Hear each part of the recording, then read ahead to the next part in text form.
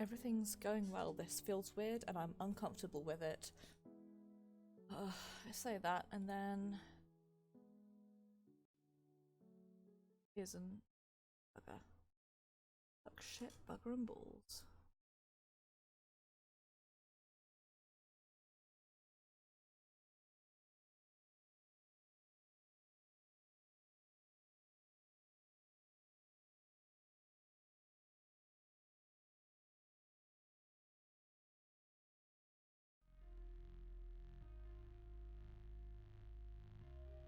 That's better. Right. There's an issue, with my now playing on this text, which is that the colours all blend into one another. I apologise. Anyway, what I wanted to say was, hello guys, and welcome to this week's The Banner Saga 3 stream. This week we are going to be playing Indie Thursday, and I have forgotten both how to speak and how I start or indeed continue any stream I've ever done. This week we are actually going to be continuing The Banner Saga 3. Where we left off last week, we were in the middle of the fight against the Ruin, hence why the title of the stream is a reference to a video that not many people I know have seen, but is one of my favourite quotable videos ever. I can't remember if there is actually the Ruin, so I just went with I am the pain. I shoot you in the face. And so on and so forth. But let us just head into the game, because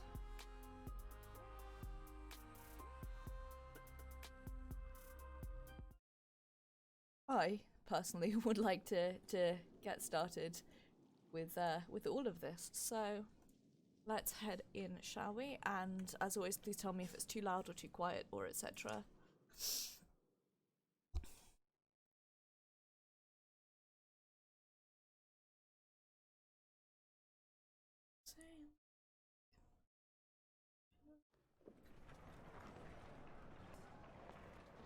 I've got When the Party's Over by Billie Eilish stuck in my head, so I'm going to be singing that to myself for the next 2.5 hours.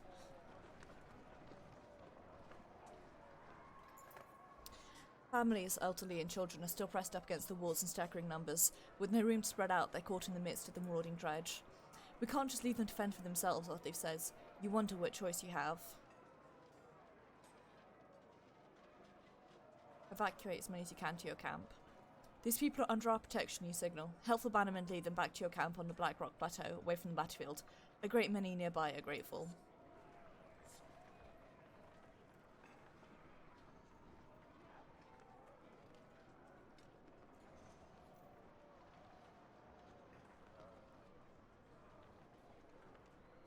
I love these segments because they really do show splitting your time between helping people and fighting dredges taking its toll, but something else feels wrong. A different kind of wrong. Petra slows you with a hand on your shoulder. Remember those powerful men in Arborang we talked about? I think they've decided to make their move. This is the one everyone's so afraid of, sneers a man with a face tattoo. You remember seeing him amongst Ruger's loyal lists. A few dozen grizzled fighters at blaze drawn, and you notice they wear the crests of many different houses. Dogs, leave them to me, Petrus says, mustering his guards. Gotta make him end this now, or it'll keep happening. Do whatever it takes.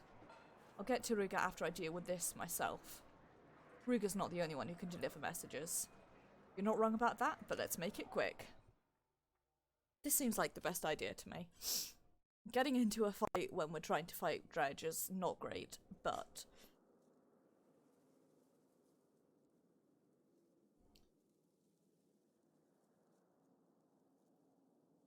I'm actually going to swap Gudmundur because then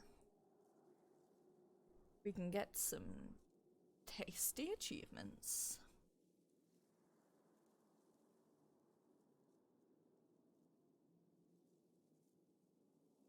Not got anyone who leveled up who's not already level 10, so Brooke.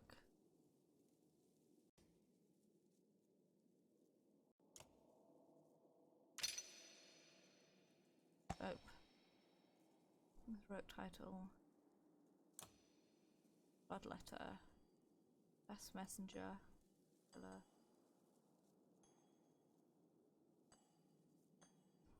Maker. The foolish. Bacon. Hopeful. Stand.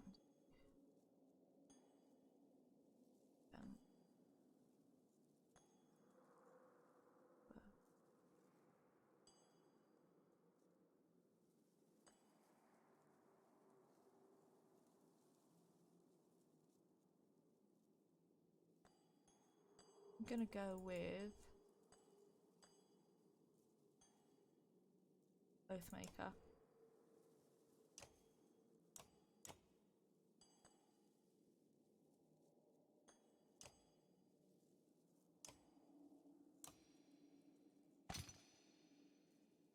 Oak.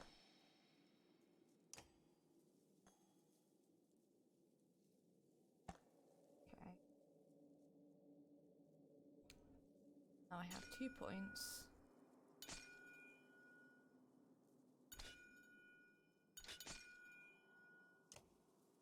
Which, yep, I'm going to spend there. Haven't got anything to give him yet, but let's go into battle.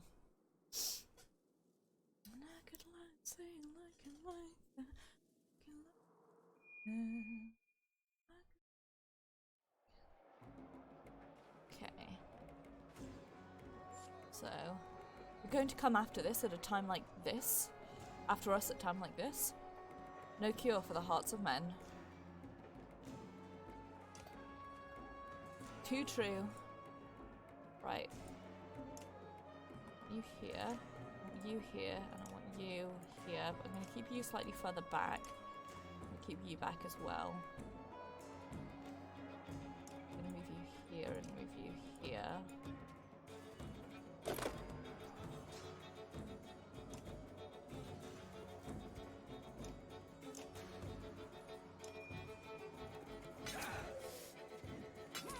I can really fuck him up. Move this way.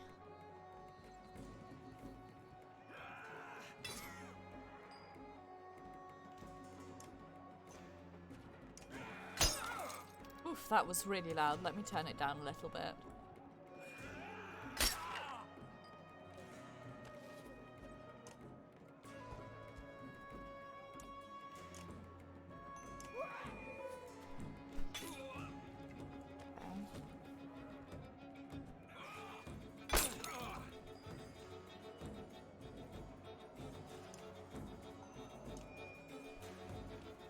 fucking read is what that is. F.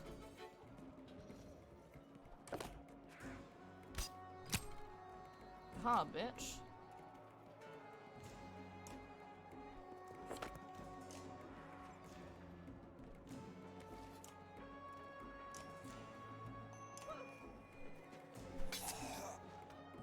There we go.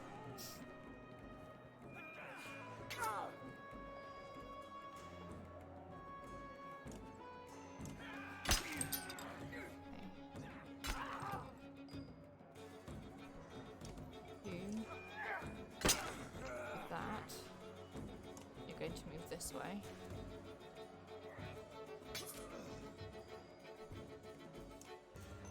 Going to take him down.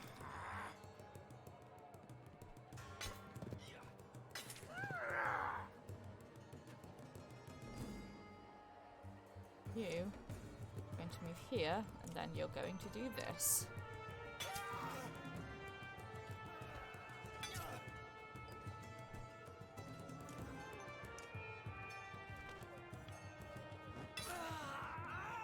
Him up.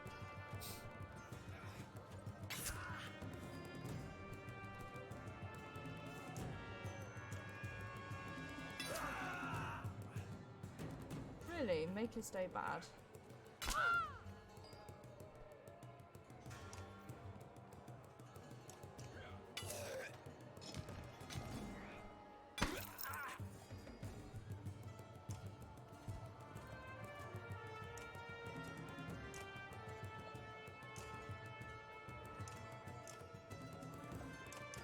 I've moved you over, but whatever. Fucking F.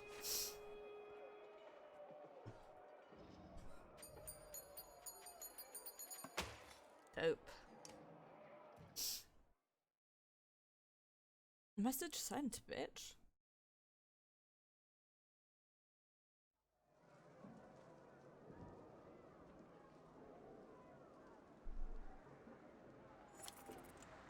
More loyalists lurk in the shadows, unsure whether to press the attack.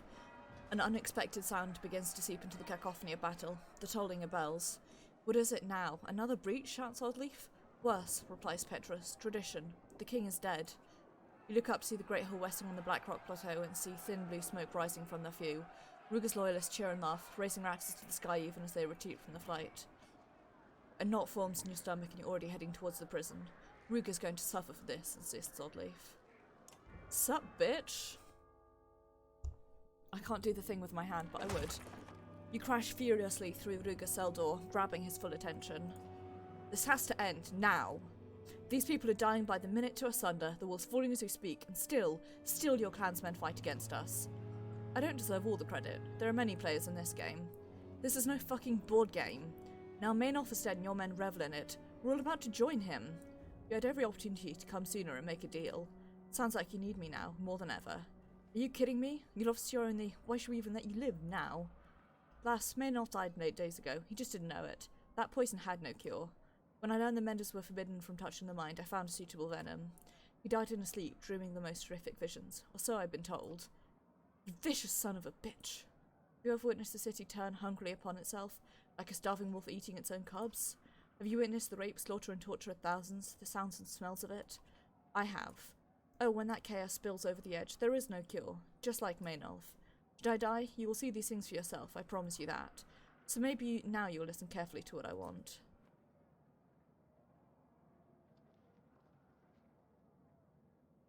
No, you're going to listen to me now. You don't pull your punch. Ruger's head swings back as if on a hinge. He is no longer smiling. Do you know why I do this? Do what, you piece of trash? Deceive, leech on mankind? Why I speak on behalf of the people you despise so much? Why I have always done so? Because they will always be here, no matter how hard you pretend they don't exist. There is nothing more infuriating or terrifying than not being heard. So they give me their power. I am the will of the people. And as long as that's true, you can't brush me aside. I will always be here. You've poisoned enough minds for one lifetime. Stay here and rot. We'll see which of us ends up rotting first. You don't like the implication. You call for extra guards on the cell. As you call for extra guards on the cell, an excited man runs to meet you. They're ready with the barrels, he shouts.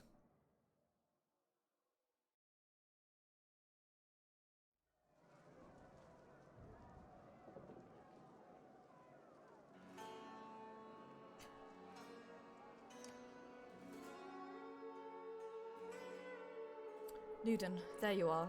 I wasn't sure where you went after the bells. I was with him when he died. He did not go easily. You get the distinct feeling their time together was strained. I thought we should clear the air about Luden being the king now. Believe me, I've been thinking of little else since we arrived. But if you're worried about me seizing control, don't be. As far as I'm concerned, nothing changes. Your banner is yours. The Vile and Horseborn make their own decisions. If you like, we can discuss it further. Luden waits quietly for your response. I'm sorry your father has passed. Suppose I am as well. I know that sounds strange. There was always a sharp edge to him. He wanted to be a ruler, not a leader, if you catch the difference. I remember this feeling he gave me, that he truly believed he deserved to rule men. I think passing it down to me was just a way to continue glorifying himself.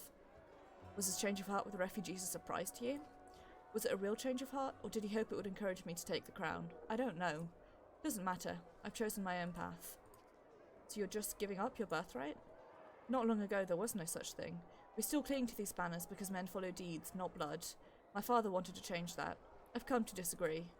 Don't look so surprised. It's just that you had a certain reputation, Prince Luden. What changed? Travelling with you. Seeing how people live. I know it sounds cliché.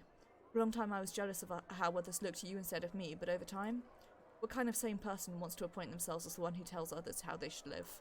You did it out of necessity, not privilege. It's a burden I don't envy anymore. I really like this guy now. Never feels like we've changed until we look back at what idiots we used to be. Some of us, anyway. But we've all been through some changes, haven't we? What do you intend to do now? I still have some privileges of Maynolf's son. I intend to use them. When they learned of the darkness, my father ordered every mender in Manahar to our brang. They still answer to me. I intend to find a solution that will protect us from the darkness. How's that going? Like a fat man coming home from the meat hall. Slow and stumbling. The menders little more than bricklayers and nurses, to be honest. The Valka are another story, but they all stayed in Manahar against my father's wishes. Nobody knows what they've been up to, but I hope our goals are the same. We can't exactly go and check. Still, at least someone is working on it. I won't take any more of your time. I'm glad you found me, though. It was good to talk. Listen, even if I wanted to rule now, it would be a struggle. Arborang needs fewer struggles, not more. And fewer people trying to rule. What about when this is all over? Arborang still needs a leader. I'll consider leadership another time, maybe. It will be the decision of the people, and right now they look to you. The smart ones, anyway. Let me worry about the Menders for now. It sounded like they're ready to go against Ruin. I'll gladly stand with you in the fight if you need me. We, both. You imagine a resemblance between the two you hadn't seen before, but you leave it unsaid and turn your thoughts to the battle to come. I hadn't noticed that, because I'm a big old dum-dum. But, right, how are we doing in the way of... Can I level anyone else up? Absolutely can. Right. You get a promotion. And a heroic title. And you get that. 2 points, which I'm going to spend 1 on...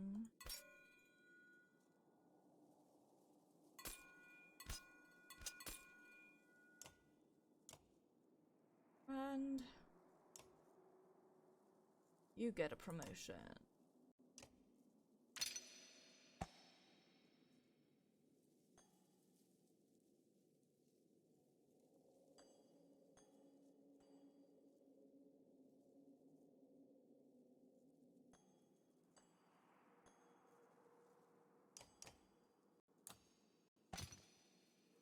Go with that.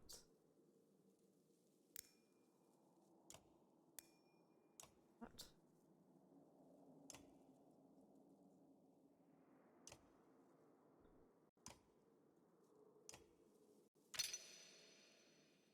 I'm gonna do this.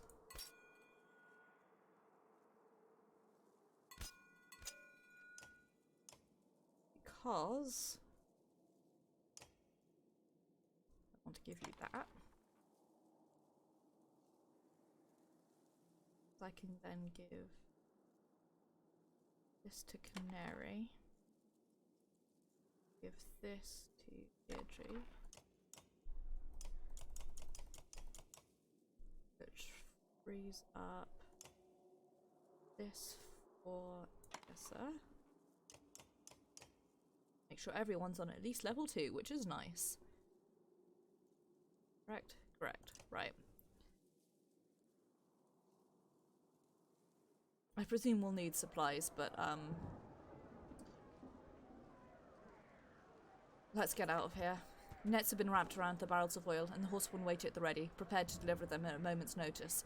Scathach trots nervously across atop the walls. There must be every oil barrel in the city, Dodleif says, looking at the full nets. Couldn't have gotten half this many without the Varl. Issa's preparing several archers with flaming arrows. She looks the happiest you've ever seen her. Let's hope this works, she says. The anchor comes again, a dark streak.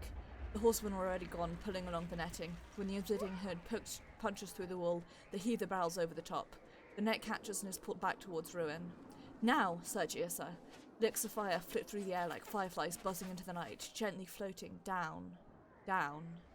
An explosion rips into the battlefield, rattling the earth and engulfing the sunder, blowing dirt and dust into the sky. Cheers erupt simultaneously all the way down to the wall. Even the dredge have stopped their assault to watch. Is it done, you wonder? As the dust finally thins, you see ruin rising, staggering. Cheering dies in throats. She's wounded, Odleif cries. We have to finish it, now! Come, you hear shouted from the ground below. Canary flings her hair back and smiles. Her horsemen look ready to run. We go quickly. Odleif stifles an ecstatic gasp when she realises what Canary intends. You scrabble onto horseworn backs, soon find yourself racing through hordes of dredge you would have crashed against on foot. But the dredge come in endless waves, eventually slowing you to a crawl. This surrounds you from all sides until all you can see are black stone and yellow eyes. Over your shoulder, you hear the heavy clang of metal on black armour, and the Varl shall pass with fire in their eyes. Up, Hunter! We'll find the path this time, Hakon crows. Then over the din of battle, a drumming rhythm draws your attention. To your right, a cloud of dust is rising, approaching swiftly until it collides with the army of dredge, tossing bodies into the air. What the fuck? What the fuck? I'm gonna go with this squad because we did well last time.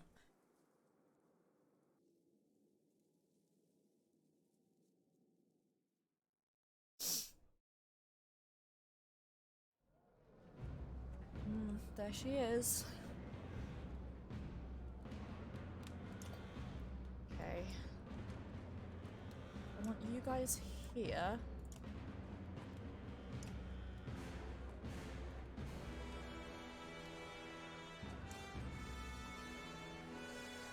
Actually, no, I'm gonna put you here, you here.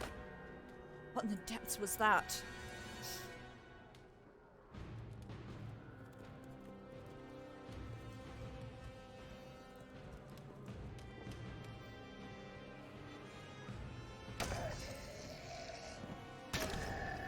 I haven't swung a hammer in a century, but that doesn't mean I have forgotten how! It's Ubin.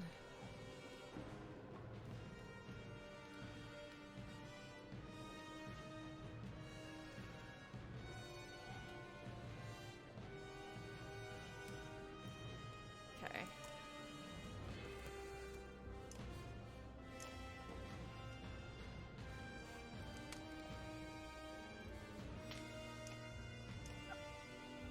I'm going to clear some of this out of the way. What's she doing? Nothing good. I hope I'm wrong, but the legends speak of Sunder that can heal themselves.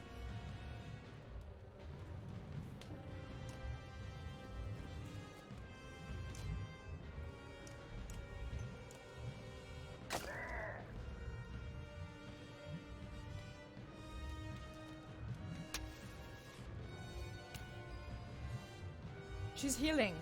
Break that barrier.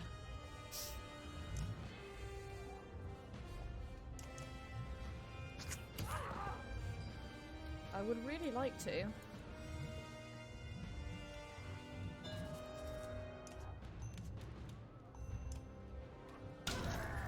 Definitely hit the wrong thing.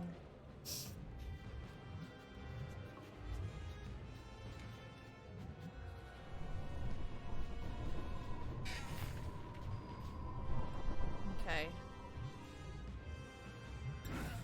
Go through the fire, you'll be fine.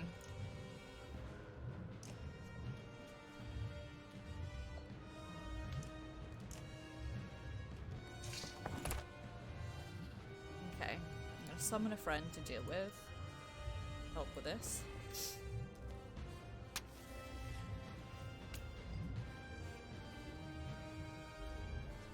you don't break that barrier, she'll be as strong as ever. I'm trying to, buddy. I'm really trying.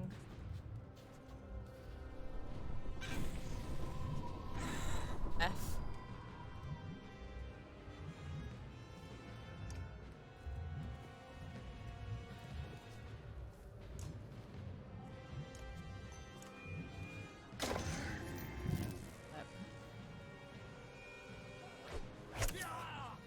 Fuck me.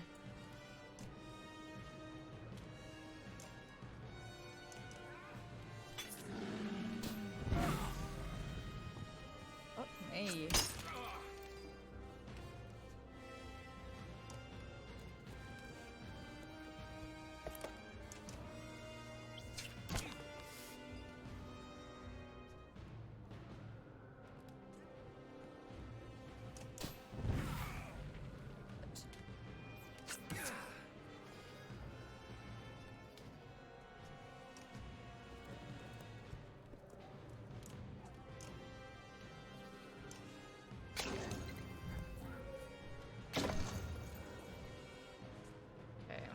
Run away!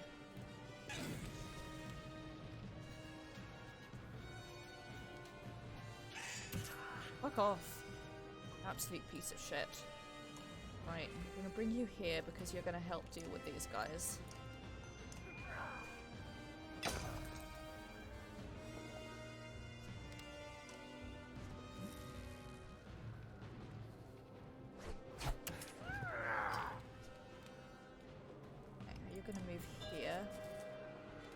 Going to deal with this guy.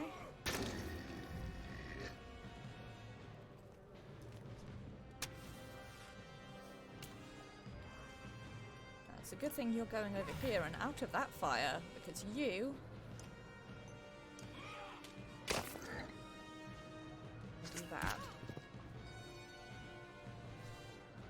You, my friend, are going here, and you are going to help with that.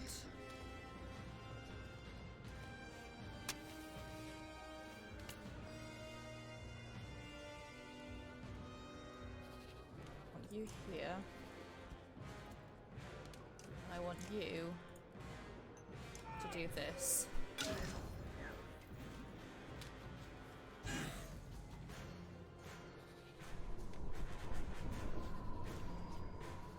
Now I want you. What do I want you? I want you over here.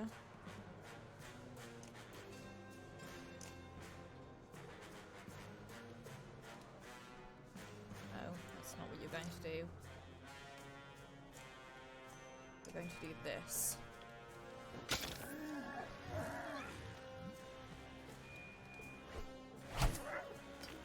F.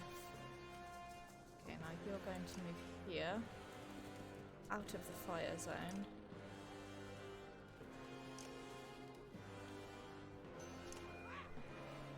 You're going to do that.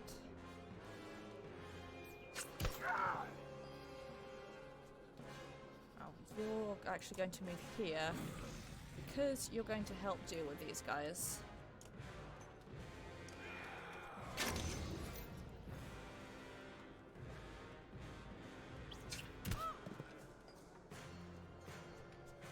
You here.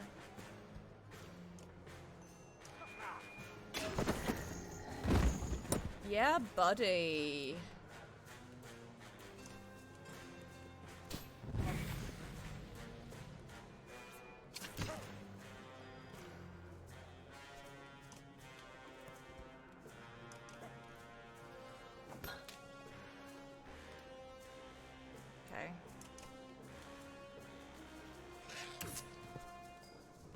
Deflect isn't good enough, that's what it is.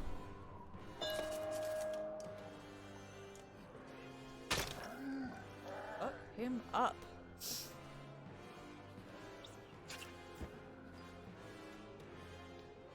I'm going to move here.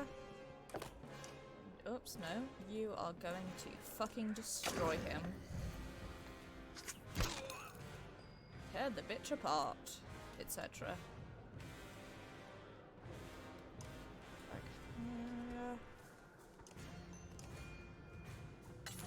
Ruin that guy's day.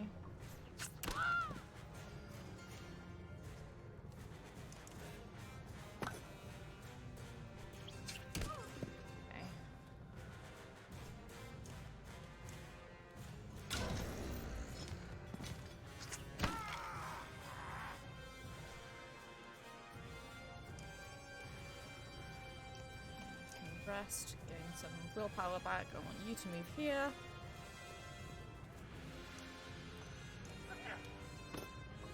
Okay, and we're going to struggle to break this guy's armor. That's okay.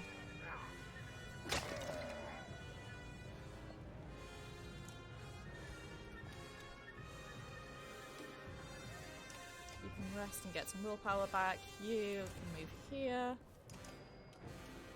You to move here. You are going to ruin his day.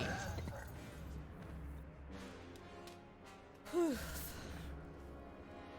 We did it, guys.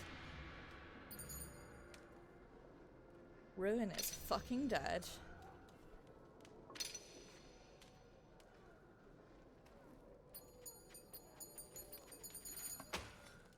22 renown for it too.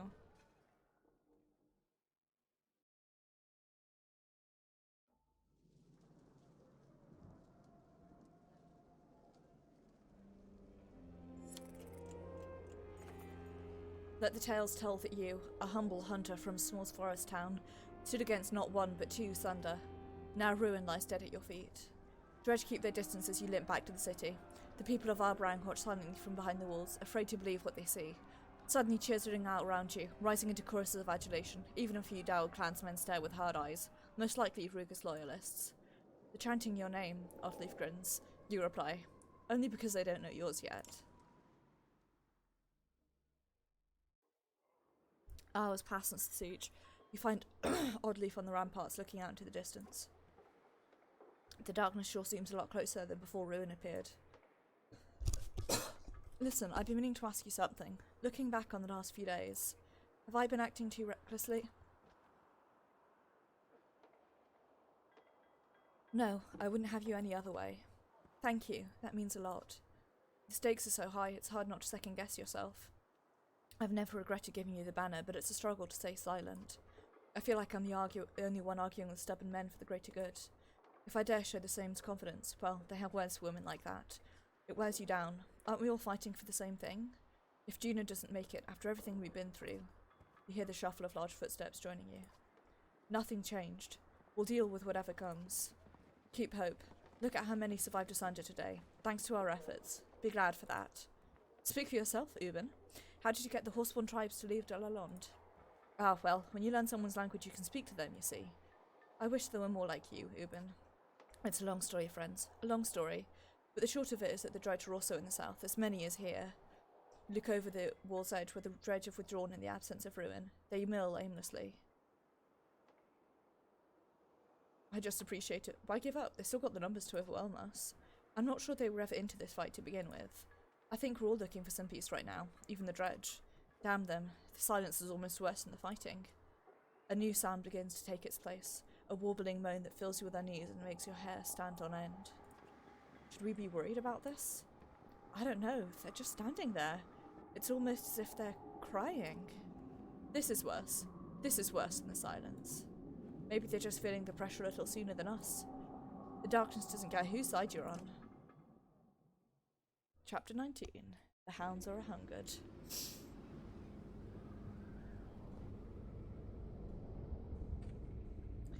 I'm sure I've mentioned this, but I love this visual representation of the darkness taking over the land.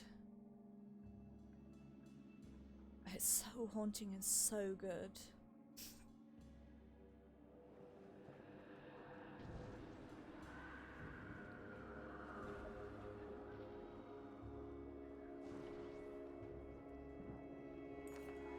Look out, you bark. Volvic has been getting ground on the caravan since fleeing Strand, but now he's in a full-on sprint. An axe flies towards Avon's head, clanging off Volker's shield at the last moment. Static crackles, bolts of lightning rip into the ground, tossing clouds of soot high into the air, but it clears to reveal no body. You can feel Volvic watching malevolently from afar.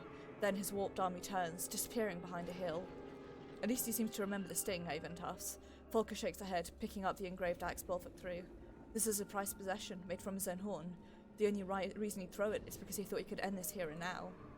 She hangs the axe in her belt and stares out into the distance. I'm more worried about a Bolvec I can't see than one I can.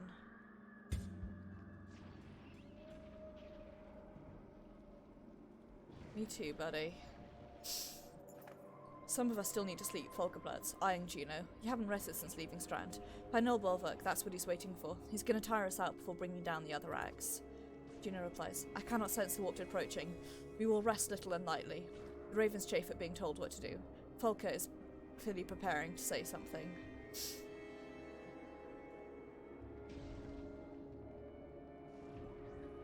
Encourage a full rest, only sleeping a few at a time. We'll keep a full fighting party ready and sleep in shifts, you say. I'll lead the first. As Volker expects, the walk come. Watch your backs, boys, frustration in her voice.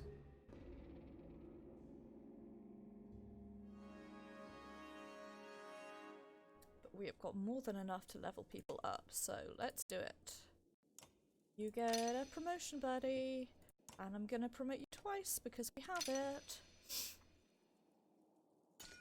So you're going to get...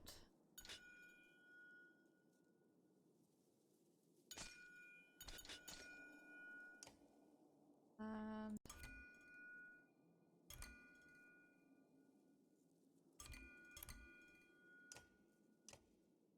that. I can then give you this. Volker, you are going to get promoted. In fact, I'm also going to promote you twice. Means that I can cap you. Nice. But also, I can give you this. Freeze up this for you. Spar. I don't really want spar on my other apostate, honestly.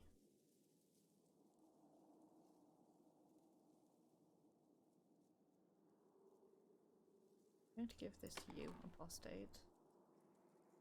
Have that. Put Bessie in for Ollie. Bessie.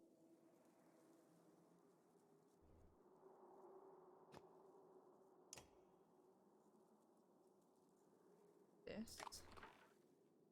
That's all I've got. I forgot I could level up these guys as well. Fuck balls. Okay, well, you can have a promotion.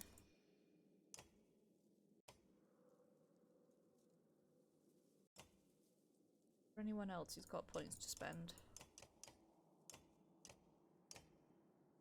Oh. Okay. Let's go for it.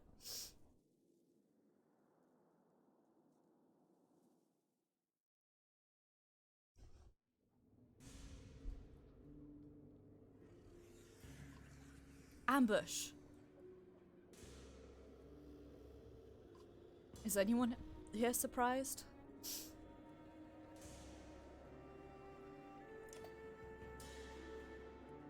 Pretty good layout to me. You there.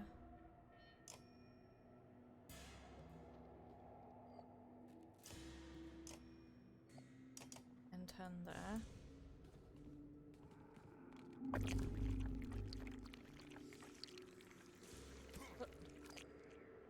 Cursed. Very cursed.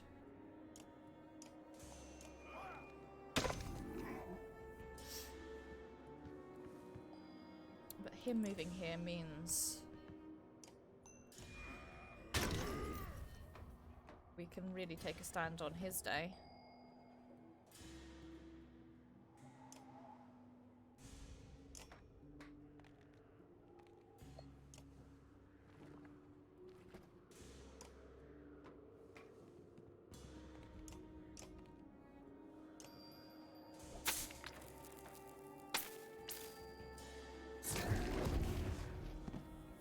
You know, helps clear it out a little bit.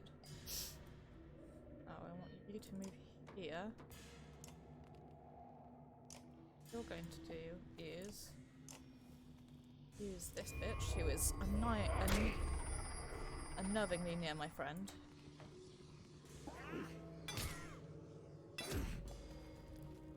Now you are going to move here.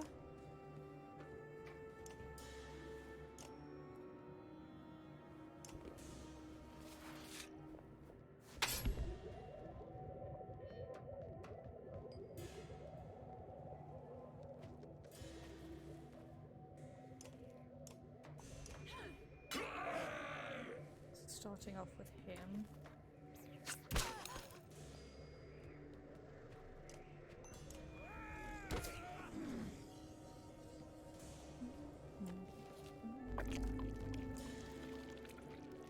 God, I hate that ability so much. It's so disgusting.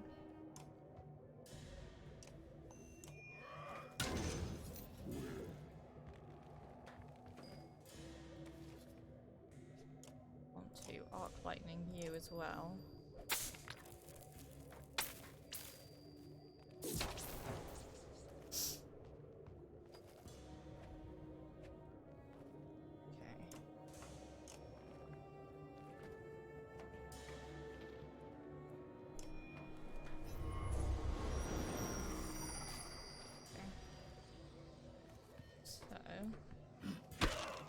Fuck me.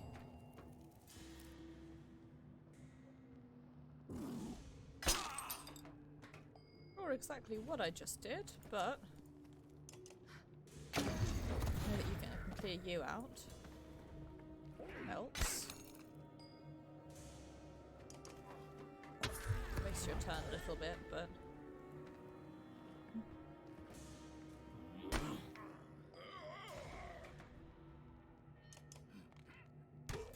out here, scrub.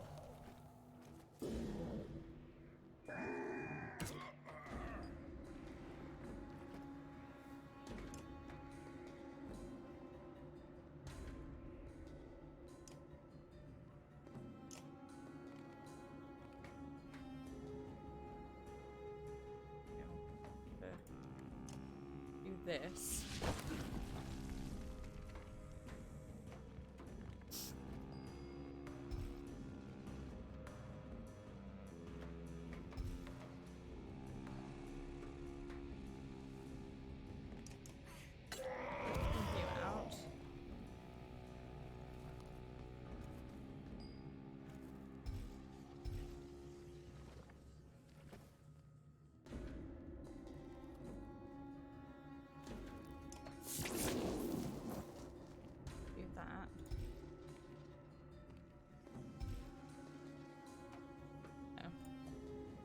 The other thing I'm going to do is I'm going to move you here, and 4, 5, 6, 7.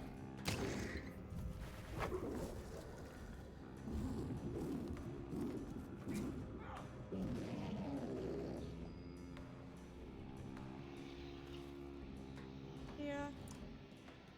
You can ruin his day.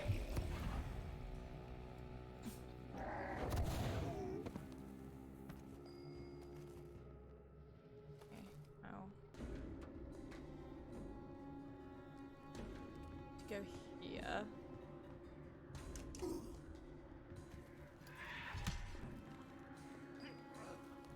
So you can move up here and immediately beat him up. Or could do, except I forgot how to do things. Oh, okay. I want you to move here. Fuck me.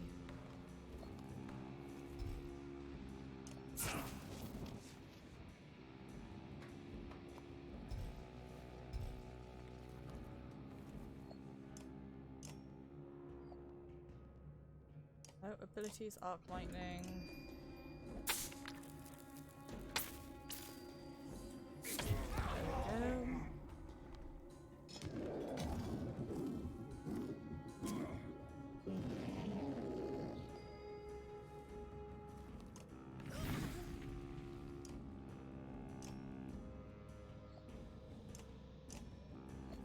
Okay, never mind.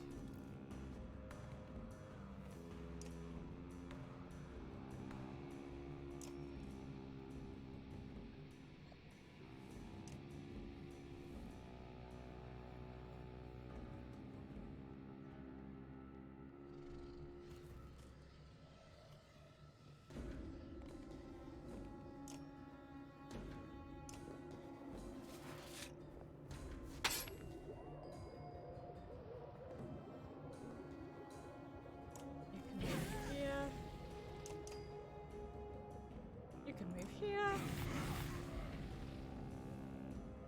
And I will fuck that up directly.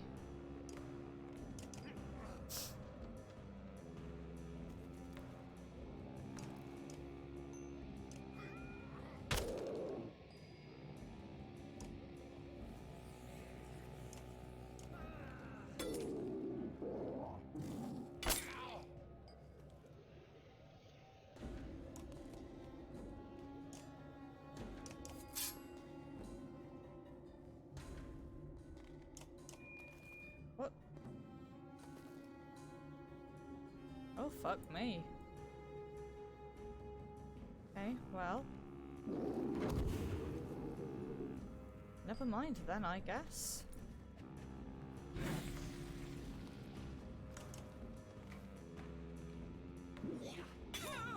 Piece of absolute shit.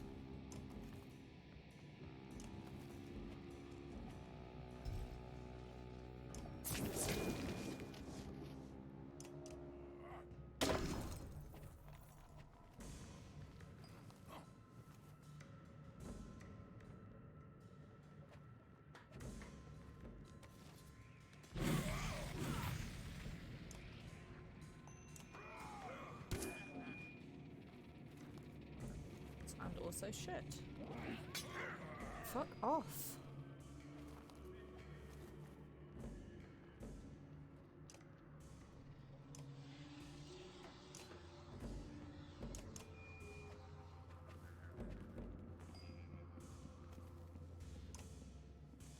Okay, so I want you move here because you're going to that.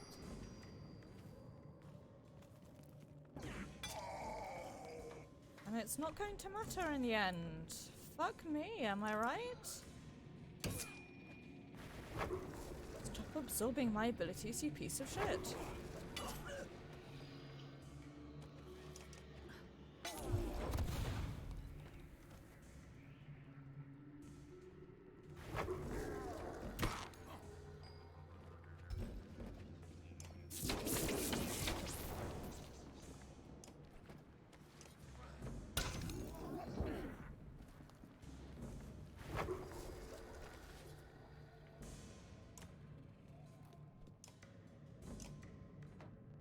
I want to confuse him.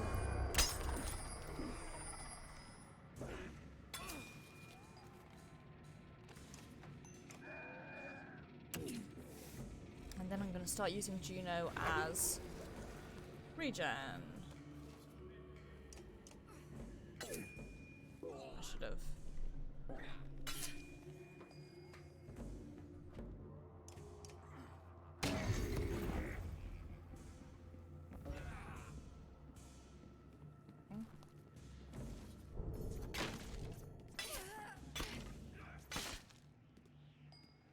Stop it, piece of shit.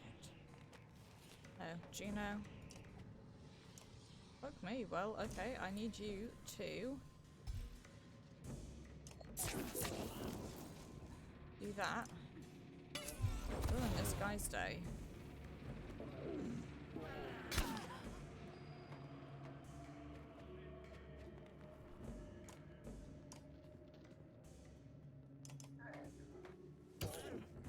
Fuck him up.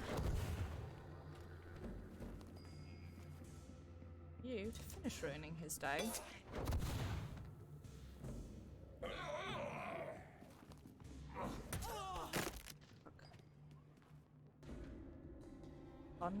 Unfuck?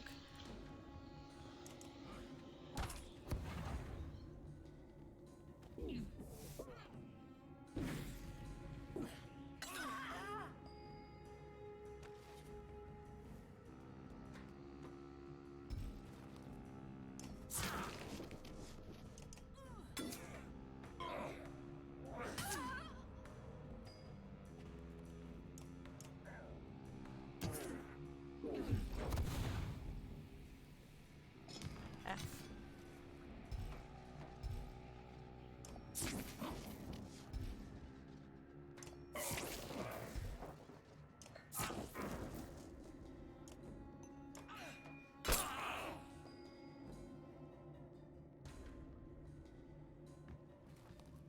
Doesn't matter because we don't have any willpower left to lose.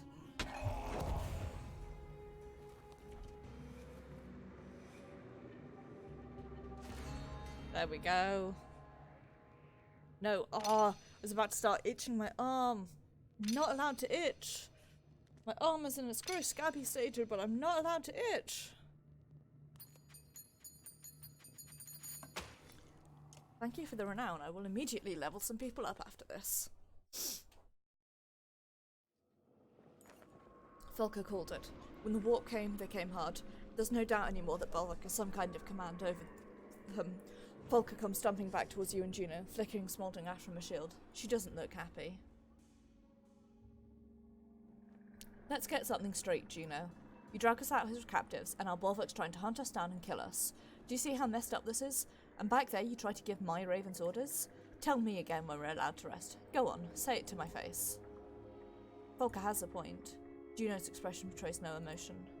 What would you recommend, Volker? Oh no, don't you dare pretend to be the reasonable one right now.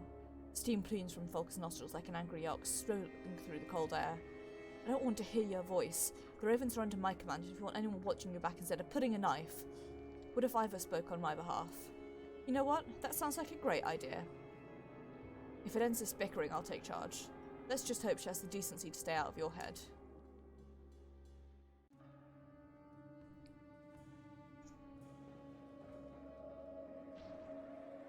The guard stone ahead shimmers. It seems to hold some sway over the darkness somehow. Or maybe the darkness itself finds them distasteful. Ooh.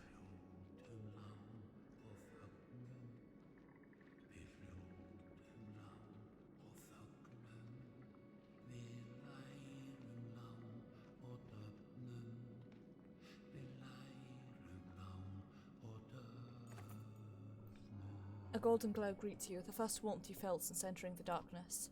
Dishevelled women and children huddle on one side of the godstone, while a dredge sits on the other. The dredger has arranged a circle of obsidian stones around itself, and just outside that lies the bodies of a couple dead men. Ain't this a sight? Ollie grins. Then he frowns. I have a feeling this is about to become our problem. Praise the gods, someone has finally come, carrying a divine light. Not exactly. The matronly woman's voice falls as she gets a better look at you. I know that crest. Ravens. She points with an accusing, shaking finger towards the stone singer. What's this? Have you brought more dredge to slaughter us? The stone hurler stands within its warbling ring of stones, warbling loudly as you approach the godstone. The old woman recoils in disgust. Well, how interesting. This one is terrified of you, Ivor. Me? Why? She called you Destroyer. I've heard of the Destroyer before, but I had no idea I was travelling with him. Is it really you? They speak of you like Weedy Bellower. Thought you'd be bigger. It's a misunderstanding. Where would you hear such a thing? Travelling with the Valka, but you do not know where we are headed? You're an interesting one, Ivor. We should talk more. The old woman's rejoin you again after a heated battle whispers with the kin. She clears her throat. I am called Hilda. We came here to pray when the skies darkened. I guess I don't need to tell you that we're only alive now because of this godstone. A miracle, and they say the gods are dead? Then this slag comes from nowhere, attacks us. Killed our husbands and mine as well. I, a right miserable sow, sucker he was, but an injustice to be killed by this thing. She gestures rudely at the stone hurler. It makes a hissing sound like escaping steam. Quiet, filthy thing. We'll take us somewhere safe, surely? Surely you will. The opposite. You don't want to go where we're going. Gods alive, has everyone lost their minds? At least to give us justice. Don't leave this slag alive to kill us and eat our children. Alfred, what's the dredger's side of the story? Hilda bristles at the implication. Alfred taps a spear and the horns vibrate with a faint hum. The dredge sings a soft response. They say they left her no choice but to defend herself, stuck here same as them. By the gods, we've been found by the only slag lovers in the dying world. She snatches something shiny from the hands of one of her kin, waving it in front of you. This is what the ravens need, isn't it, you disgusting vultures? Found the heirloom worth more than it looks? I say we just bring the stone hurler along with us, Ivor. I mean, we've already got one. You said it was terrified of me. Then she won't put up much of a struggle, will she? What are you talking about? Kill it already, kill it! Convince the stone hurler to come along, Alfred. Alfred speaks to the dredge again. It shows little emotion, but that may just be because it lacks facial expression.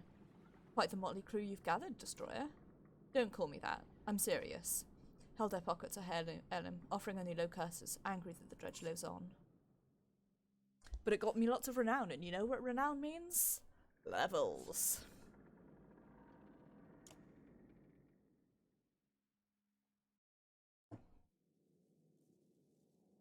Right.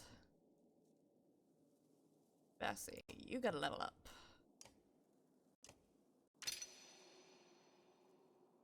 I'm gonna start with this.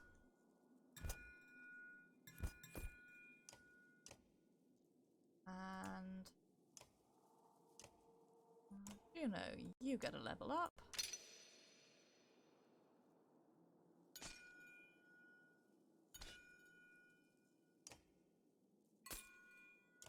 For this one.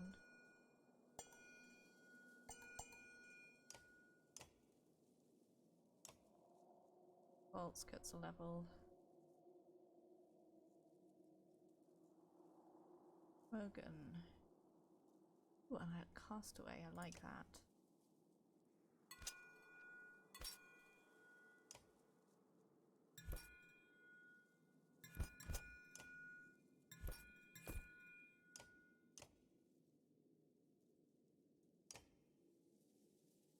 I'll level up Logan.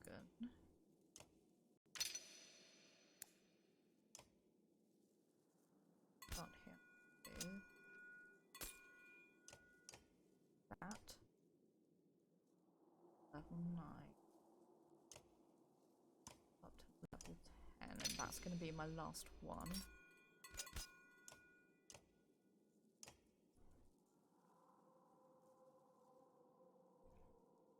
Oh, Alfred also has a level up. Whoops. Oh well. Can't afford to promote her just yet, so...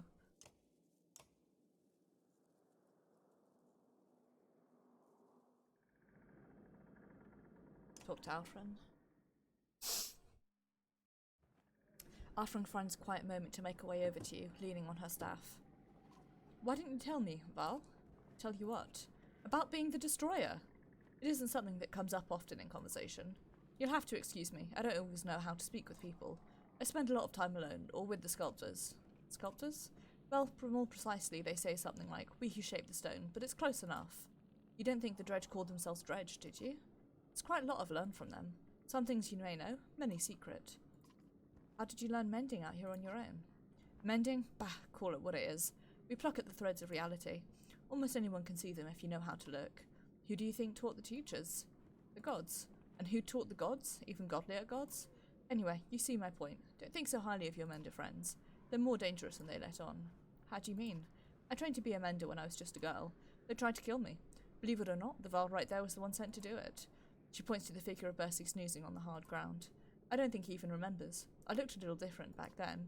But I escaped. Not before learning some things. They train the simple-minded menders to heal stubbed toes and raise walls, to find distraction from the powers of Valka really well.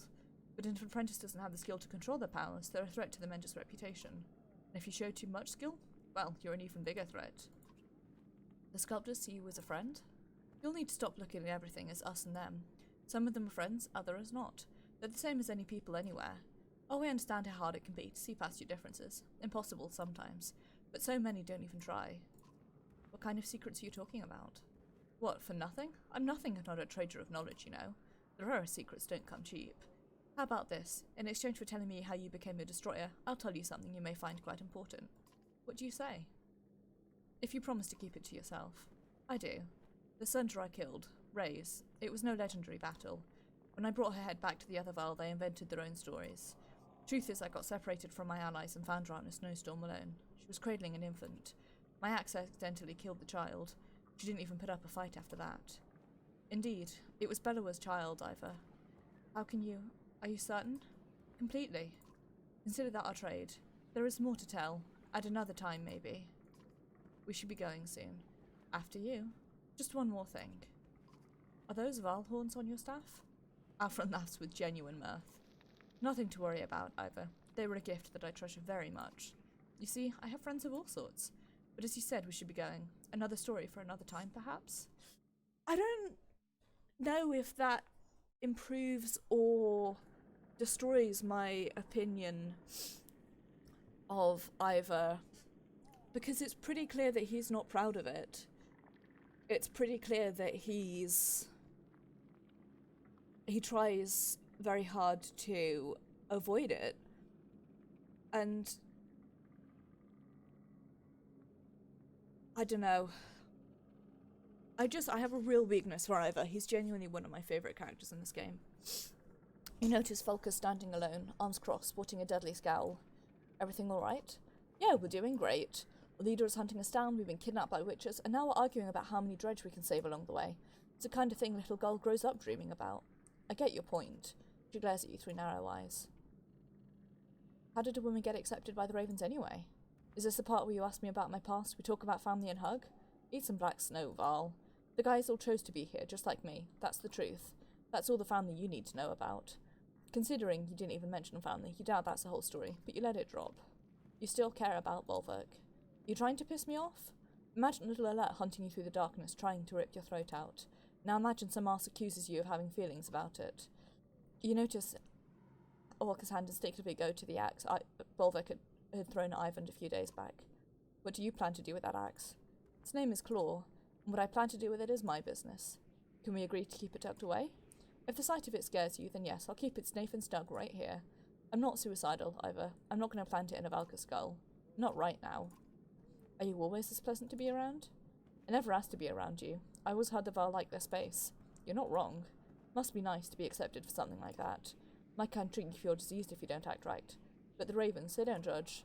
It's not like I want to be completely alone. I just don't need tedious, pointless conversations with every idiot who has an idiot opinion. Go on. Oh, damn it all. You got me talking about myself. Are we done here? We should keep moving. I get where you came over now. Juno's ready to go. No, I came on my own. You know, I used to be great at telling when someone is lying.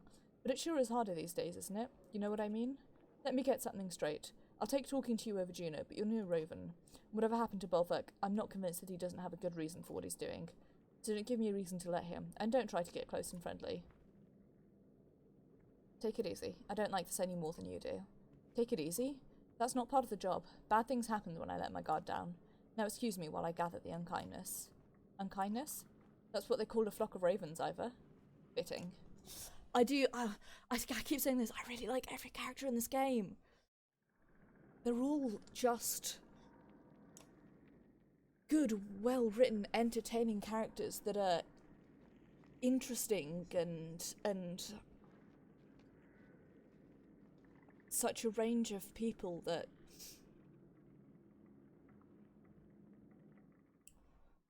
I don't know, it's really cool.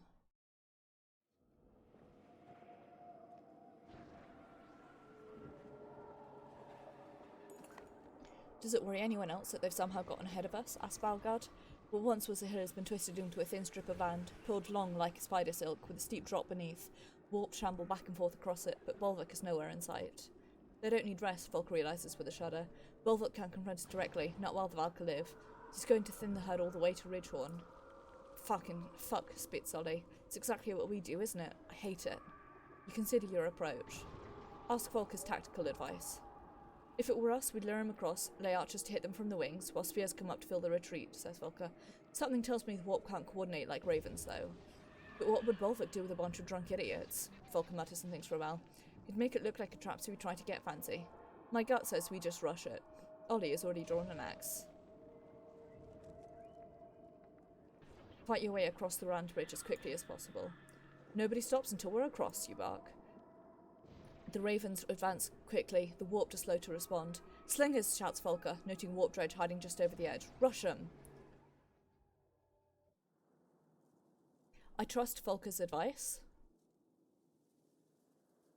Also, I'm going to take Ivan out and I'm going to try Castaway because I want to know what they are like.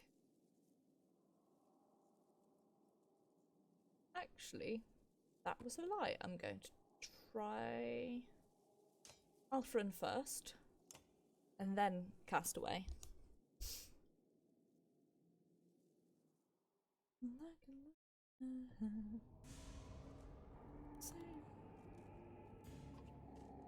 That could have gone worse. Don't let your guard down yet.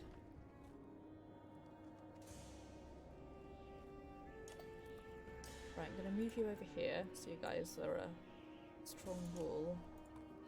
You to there.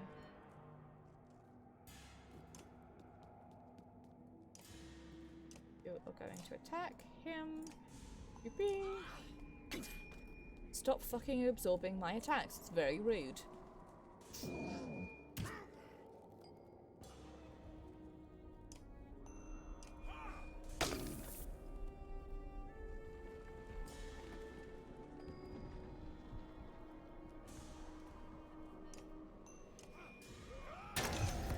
There we go.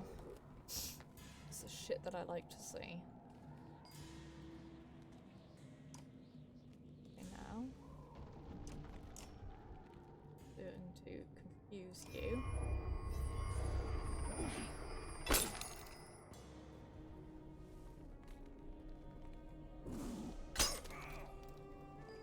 Sorry, the sound of like armor breaking and stuff is really, really loud for some reason. Right.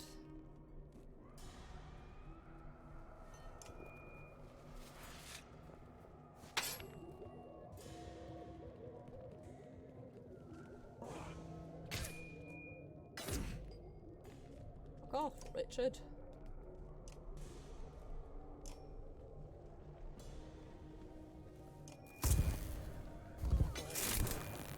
That looks well cool though. Oh, that looks super cool.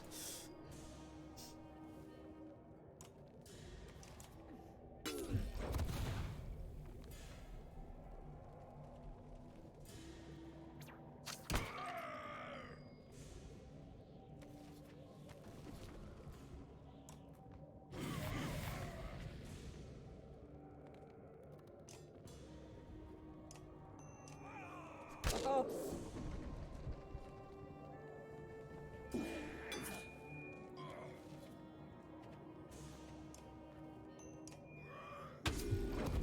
There we go.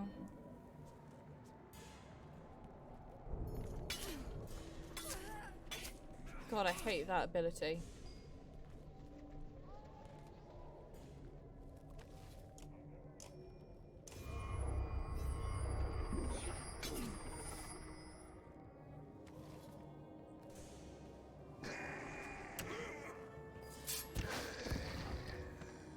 F.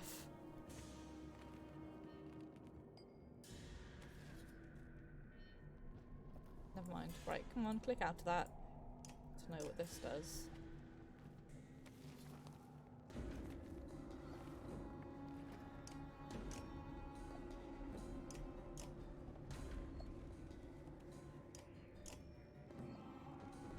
Okay, never mind.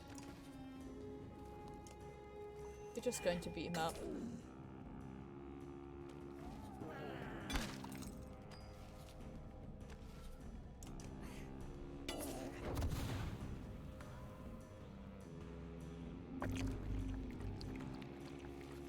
Worst gross ability.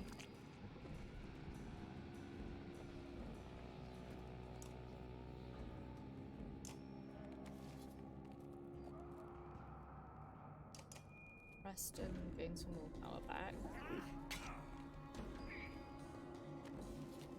You do that. You, we're gonna come over here. You're going to do this.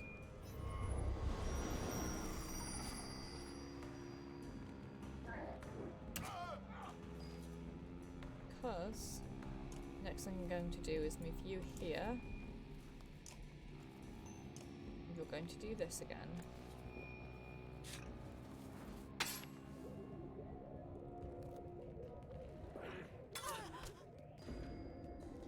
Oh. You are going to move here.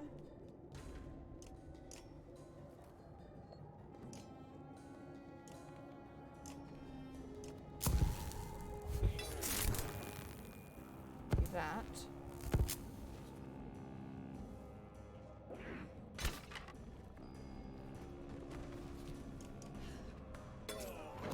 We're going to do that.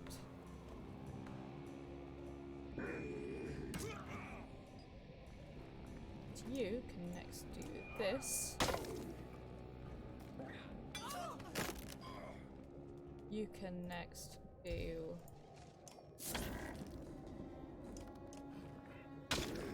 that. You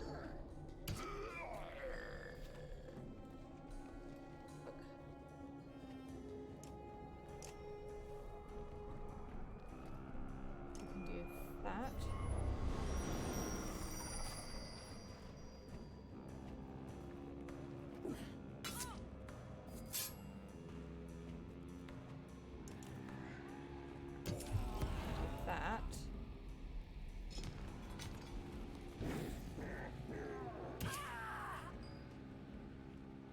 You can do this. You can move over here. Up a second. You can do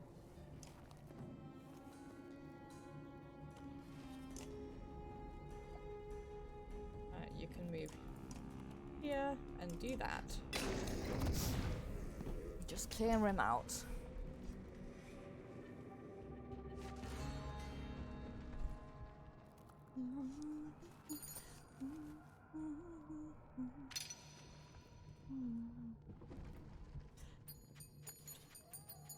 I do like Alfred, but I don't think I'll continue to keep her in my party because I don't think the way that she plays is conducive to my party. This time the warp seem even more organised than the last. That could have gone all wrong, Spar says, peering over the bridge's edge at the twisted rocks far below. Volker replies, yeah, we could all be dead. Come on, this isn't the place to give Bolvek another try.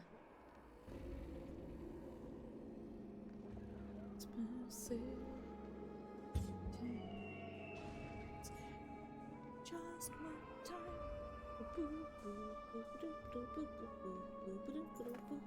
Small pale lords wink from deep crags in the darkness. A brief inspection reveals that they're eggs.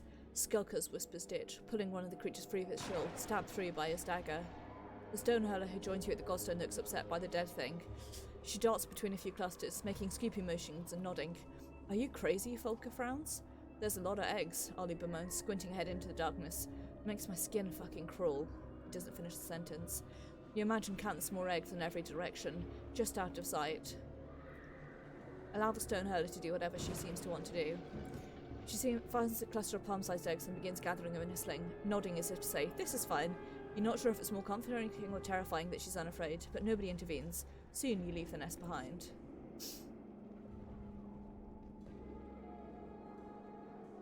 It's got me an achievement called You. Salvage a treasure trove from the darkness.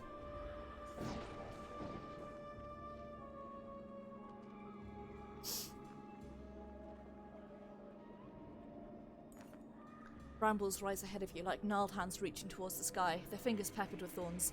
This was once a healthy forest. Now just a hair in my mouth. Another obstacle. Though the branches lies a bare clearing here, another there as if fire cleared half the forest before the darkness came. Bolvek knew we'd have little choice but to pass through here, Avon says. Going around would cost days. You consider your inevitable effort. Volker, what'd your gut say this time? A tired headshake is telling. They'll use the trees so we can't tell numbers or direction. They're not worried about losses. Once they start coming, I don't expect them to stop. Standing our ground is a sure way to be overrun, but we should go now before they've really got dug in. She pauses a moment before adding, this is gonna suck. Let's take a rest first. Can already see them hoarding, says Thalka. Thick as Spar's oatmeal in there and not getting any better. Ravens threaten revolt when she cuts the rest short. Only feet in, warp creatures lay into the caravan from all sides. You hack desperately through heavier briar and enemies both. Glancing quickly at the fighters at your back, you notice that a hole in the ranks, someone's missing. A scream from the Black Forest sounds like Mogan. Each fallen creature is replaced by two more, until you have no choice but to stand together and fight.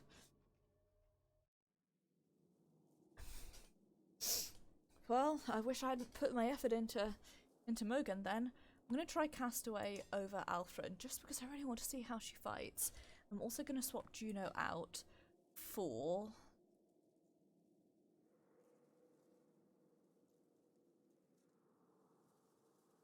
having good solid fighters. I'm going to swap him out for Ollie.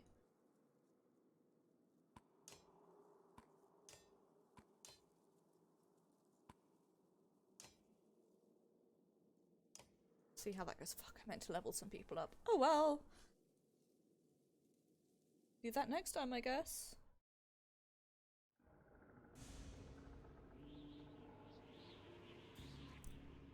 No end in sight to these things.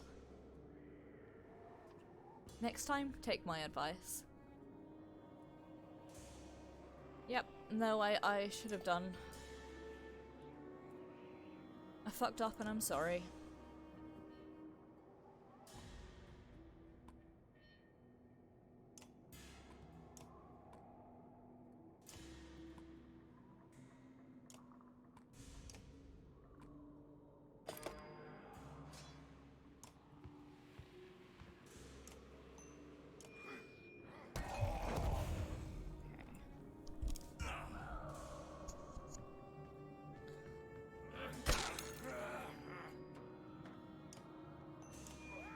Don't resist, please. Thank you for letting me get some easy kills in.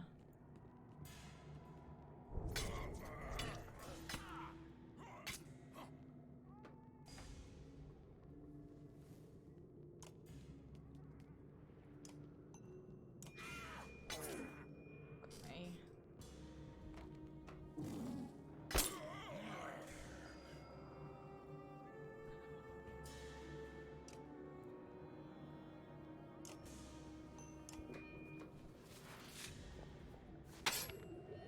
This is good.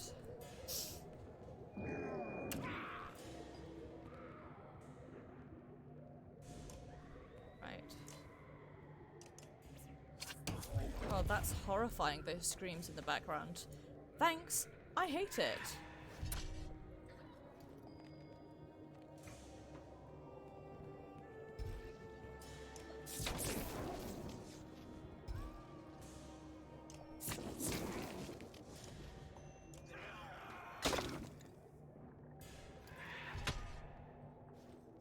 It's like playing fucking ping pong here.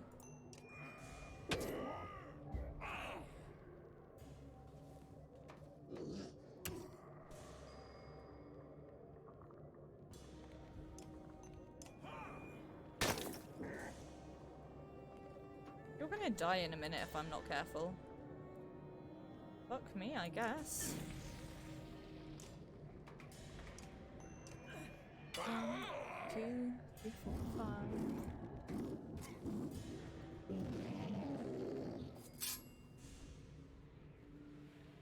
Bugger me. We don't have any of those. Okay, right.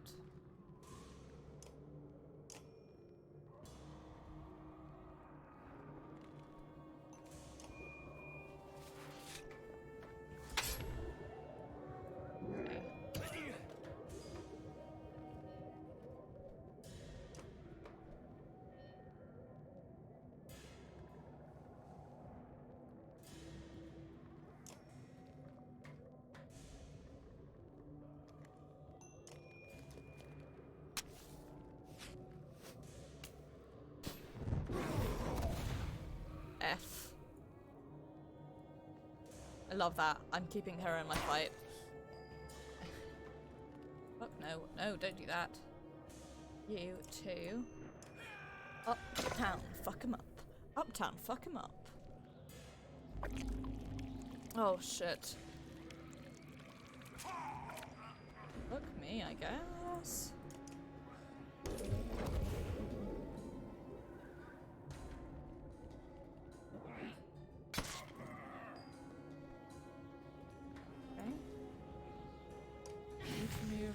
Here because and it started on this guy.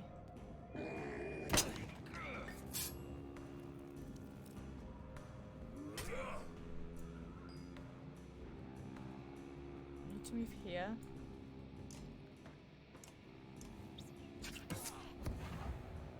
Dope. I really like Castaway. I think I'm going to kick Capstate out of my party and start using Castaway instead. Keeping Ollie around though. Ollie's good.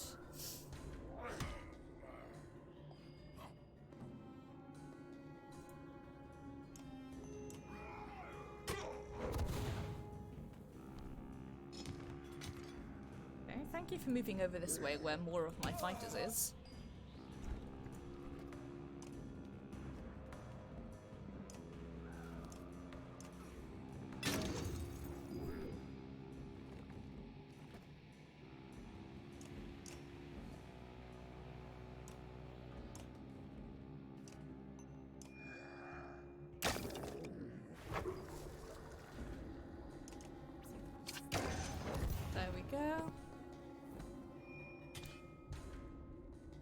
Okay.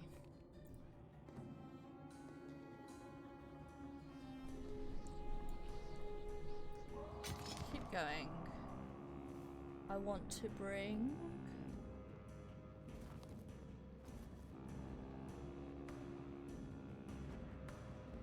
you in and you. Let's do it.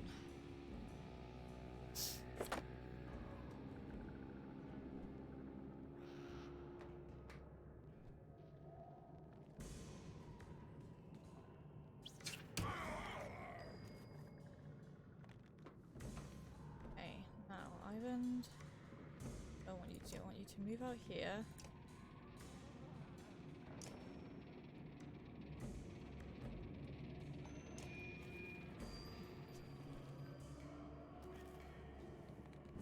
Leave that.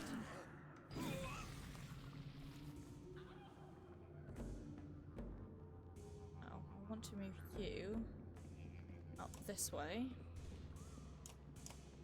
I'm gonna start taking on these guys.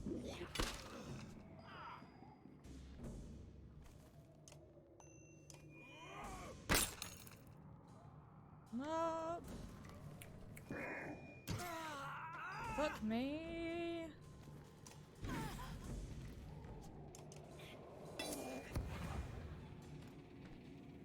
Nice. Right.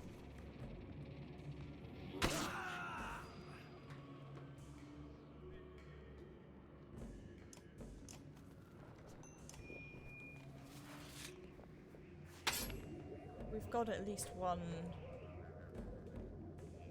in our party. Fucking F, I should not have brought Ivan with me. Look at me.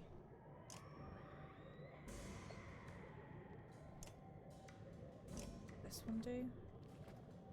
Egg.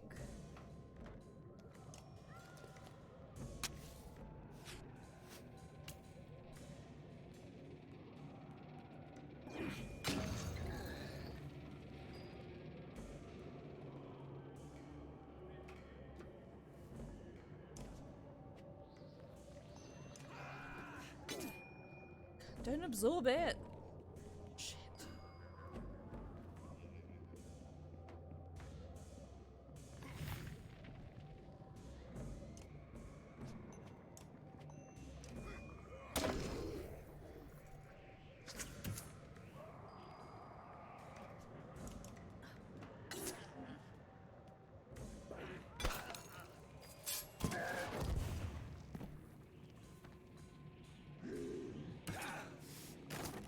I feel like that helped a bit.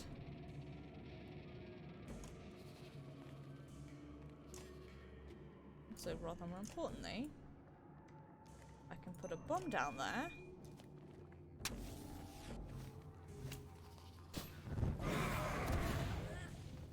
Which, no, I guess friendly fire is a thing.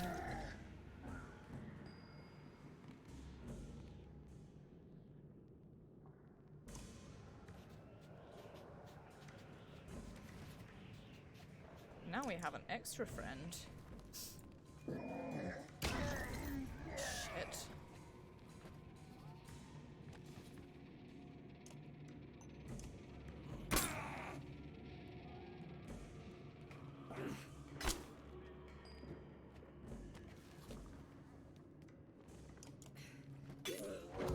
You.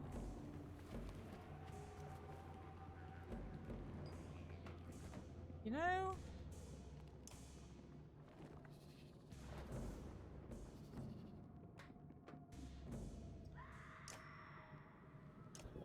Could be doing worse.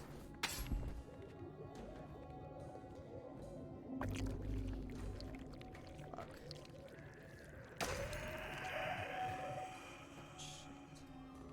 Shit.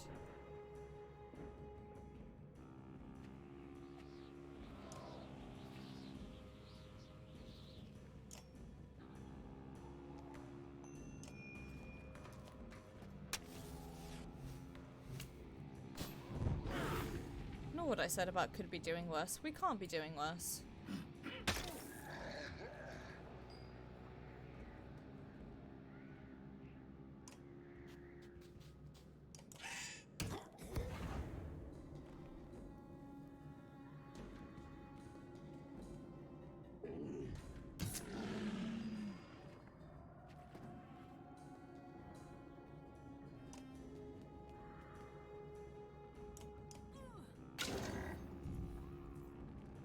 I should be using this. That's what I should be doing.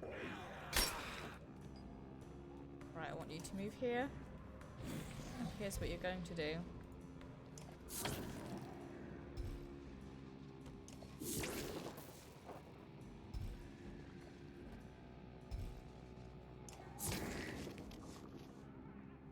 Then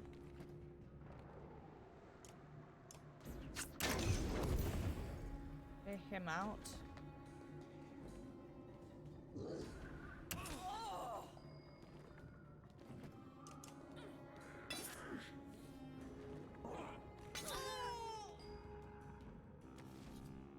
Doesn't help much, but it might help just enough.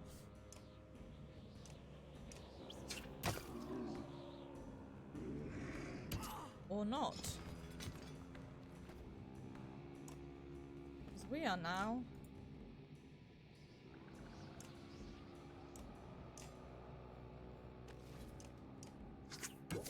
absolutely boned.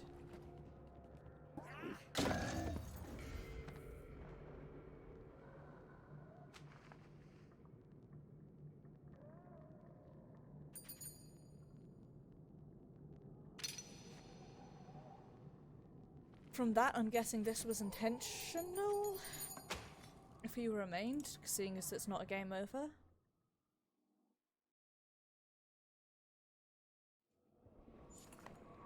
Fighting through the forest is irksome at the best of times, nearly intolerable in these conditions. Lightning rips open the dead branches. A scalded path opens ahead. Then you fall unconscious. When your eyes open again, it's to the sight of Ridgehorn, rising on a hill ahead. You're soon outside of the forest. Why didn't you do that sooner? You gasp. It does not come without a price, Juno replies.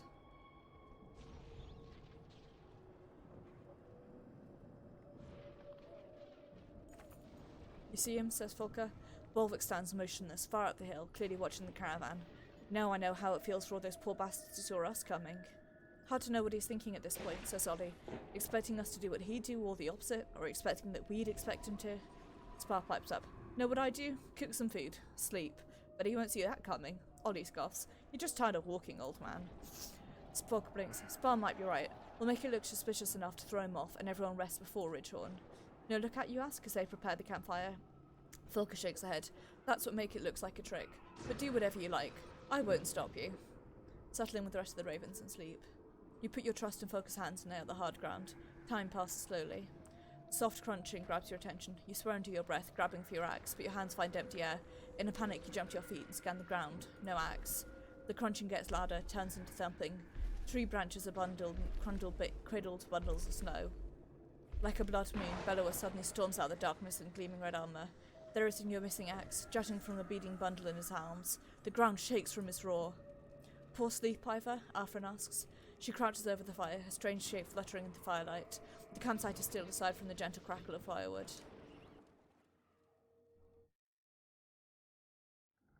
Just dreams. Some people think dreams are omens. Those people are idiots, but they certainly can be a fine distraction from our troubles.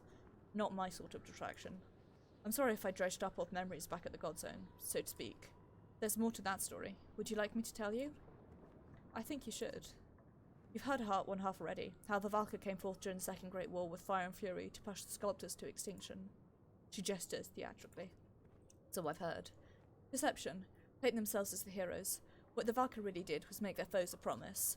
Abandon the war and they'd share secret knowledge. The Valkyr taught them to write, they taught the stone singers to weave. And for the first time the sculptors learned how to make more sculptors, to thrive. They kept their end of the bargain and remained hidden, at least until recently. How do you know this? They have their own history and carvings. I've read it on great black stones in their dark home. It's their trusted guest. What I don't understand is why you trust these Valkyr. You stare into the fire and it shows you all shapes. When you speak, it's almost as if to yourself. When I killed Reyes, when I returned to my kind with her head. Ingvar, they chanted. None had slayed asunder before. They wanted him to meet the king's kender.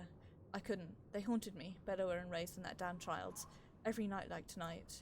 Maybe it sounds like nothing to have bad dreams, but it rubs you raw. It gets in your bones. So I left the Val. I found a small town of men where nobody knew who I was. Nobody called me Ingvar. Ivan never had dreams like that in Skoga. So that's why you agreed to come with Juno and Ivan. The truth is, Juno didn't ask me to join them. I asked her. The flames continued to dance hypnotically. On that bridge in Einatoft, I stood before Bellower. I could have moved, but I just held up my shield and waited for the end. What's that? Ivor? The name snaps you out of your trance. You stand and stretch your legs. Your axe is where you left it, and the ravens are beginning to stir in their tents. It's nothing. I hate it! Thanks! Thanks! I hate it! I mean... I saw it. I felt it, but I still hate it.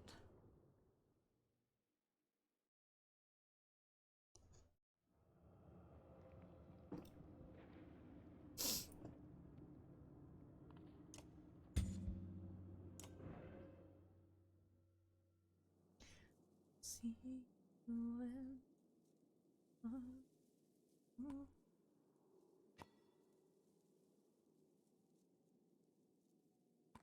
when try with you. Let's swap you guys around. And I'm gonna level up some of my friends. Holly, you get a level up.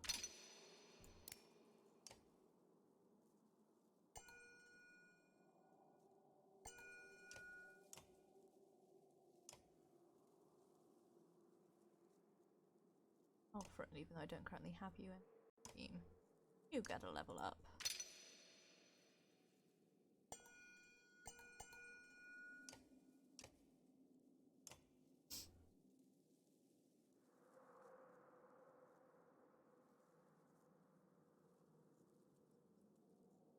Ivor is going to get my first level 11.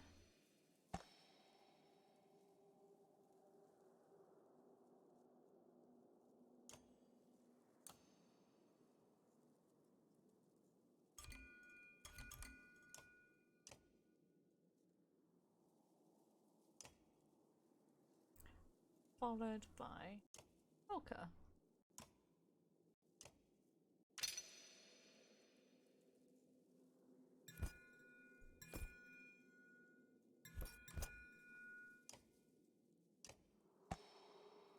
You will get that.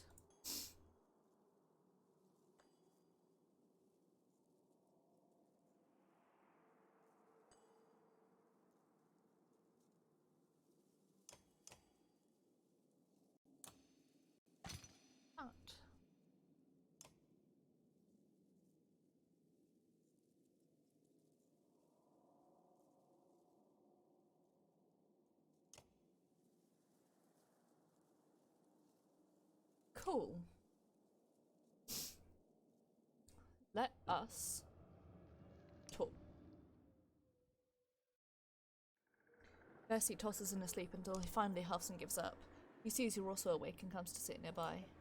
Trouble? I don't know how these damned ravens do it. I can't just pass out on a moment's notice. Are you not one of the ravens? I can see how you might get that impression. I joined Bolvok at Bursgard because Avarka asked me to, and when that went wrong I got roped into this like everyone else. Percy wears a frown and leans on his axe handle. Do you know when Ivan asked for you personally? Let's not turn this into something bigger than it is. I do work for money, the Menders pay well. I've got some history with them, that's it. Alfred had something interesting to say about that. She said you tried to kill her when she was training to be a mender. Gods, did I? I've tried to kill so many menders. That came out wrong. The Valk had pretty rigorous final tests for new candidates. It involves some stabbing and some shouting. You know, to make sure the menders can do what they need to do under stress and pain. So they get some scary-looking Val, me, to play the kidnapping brigand and rough him up. They don't all make it back. Still feel bad for one poor kid. Can't remember his name. Some backwoods farm boy, not too bright. I thought for sure he had no chance. He almost made it. Almost. But anyway, Alfred was one of those kids. Been doing this longer than I thought. I hope she doesn't hold a grudge. So you work for yourself? Never could get into that, our bones the hills stuff like the rest of you. Why should I care about the dredge or dying in battle? I'd rather have the means to do what I want, live comfortably, eat well. Turns out that there's a lot of money out there thrilled to hire a Val for some blood work, so I thought I'd do that for a little while. Now it's a lifetime later and I never got rich from it. Spent my whole life chasing work while others profited. One time I travelled with a prince and his tax collector. Thought that was going to be my big payday. People just handed their money over, piled it right into a huge cart because we told them they had to. Practically robbery. Eventually the cart fell over a cliff and exploded into a shower of gold coins, never to be seen again.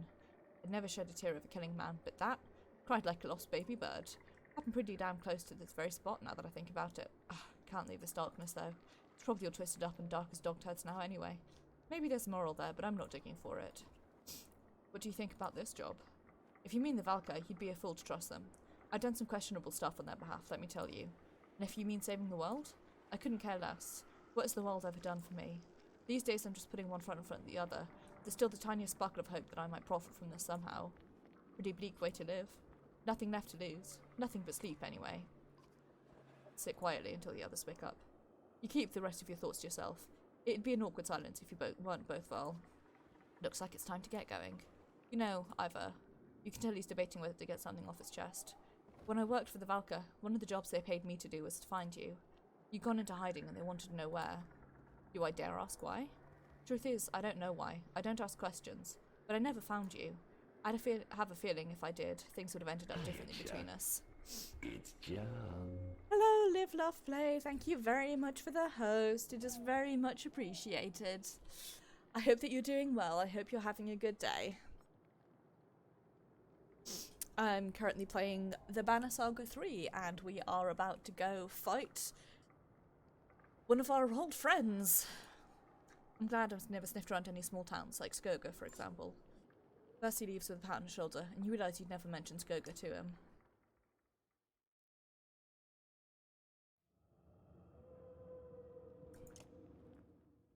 Let's go.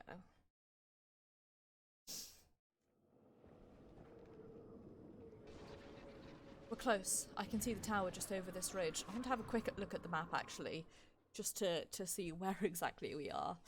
Because I am a little bit lost.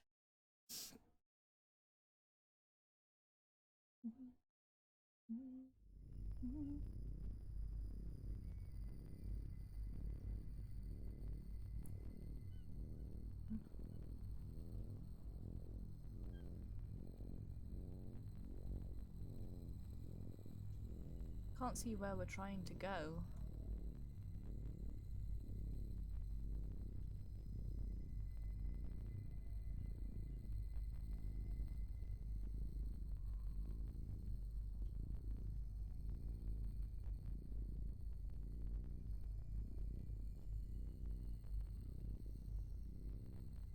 Here to get a ship north, maybe? Do not know. It is a mystery. Hiya, Chuck. It's John. Hello, Plasma Wasp. Thank you very much for the host. It's very much appreciated. I hope that you are doing well. I'm about to go get into a fight, so I'm gonna have to concentrate hard on stream. Bolvik is waiting ahead, Juno says, and the caravan slows. He is patient with dangerous allies. I believe he intends to stop us from entering Ridgehorn. I will lead Bolvik away, Juno says. Ivan looked blankly into the distance, as though he already knew what was coming, but Juno continues. The rest of you will wait for my return within Ridgehorn. How are you going to deal with Bolvik? He cannot be controlled, but he can be misled. He doesn't know where we're headed, and will believe he is pursuing us past Ridgehorn, says Juno. I will return.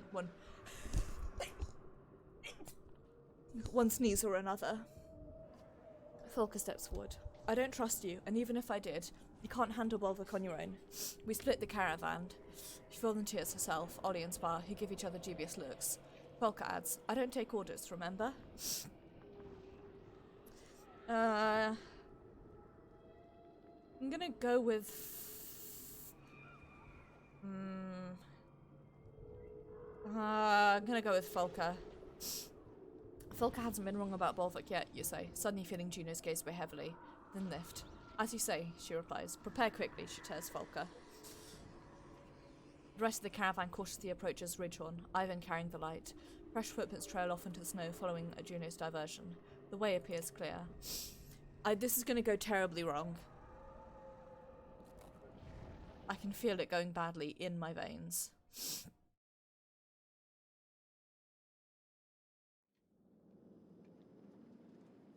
I've been told this is where they found Juno the first time. Now they say it's the entrance to another world. How far had she already come just to fall here?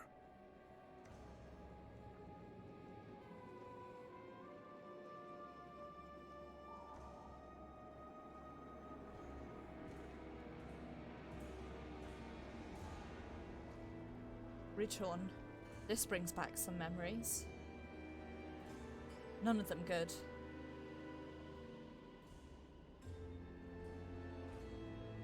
God, I love the music in this game so much.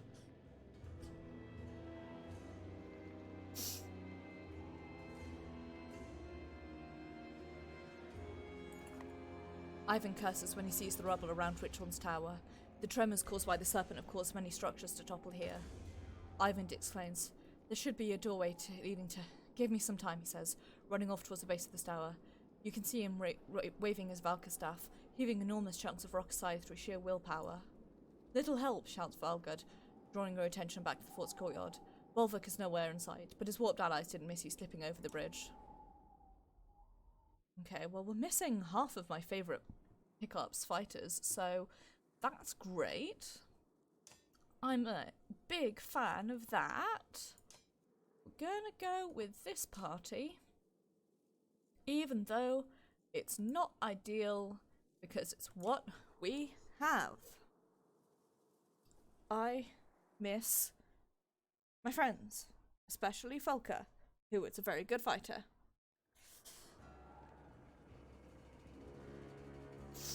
What in the fuck is that thing?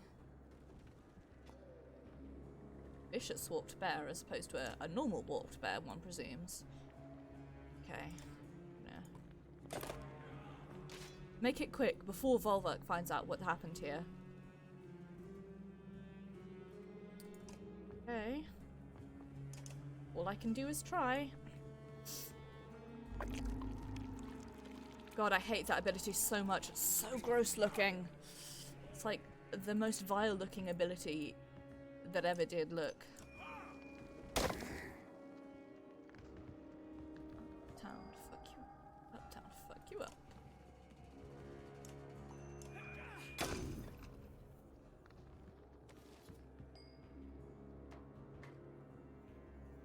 Pop you over this way, because you're gonna start dealing with the crowd coming there. Like them.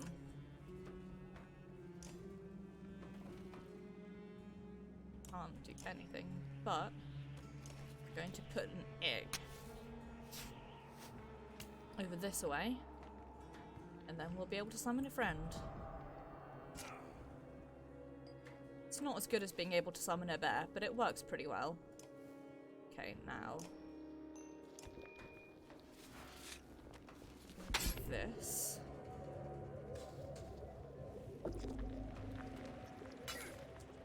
Very rude. Yeah. Fuck off. We're not done yet.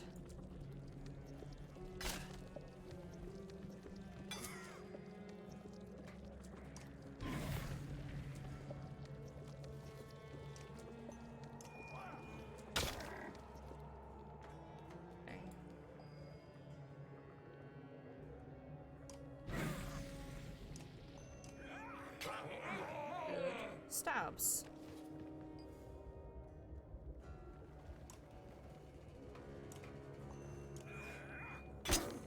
Fuck him up. Opposite. Bear is bad. It is done. Let's not do this again. Dope. F. McDope. Thank goodness I've got my friends back. Even though there's also more enemies.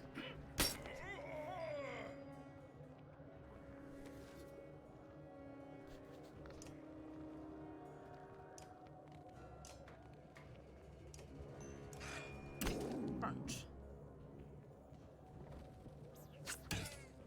Fuck off.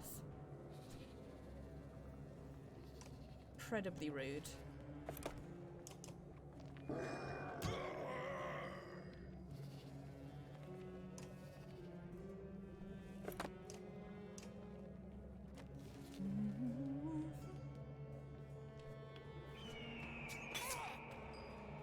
Fuck me, am I right? Okay. I'll bring you round that way in a bit.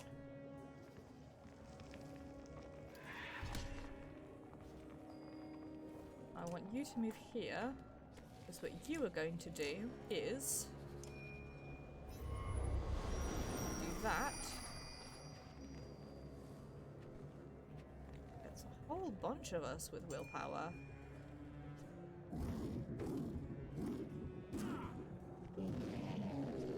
bear appears to ruin my day.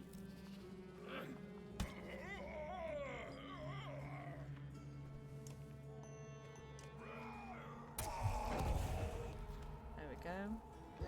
And we're not done yet.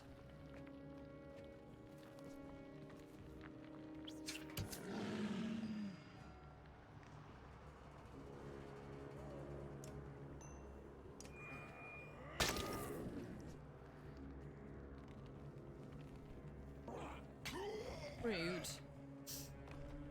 Hey. God. Thanks. I hate it. Piss off.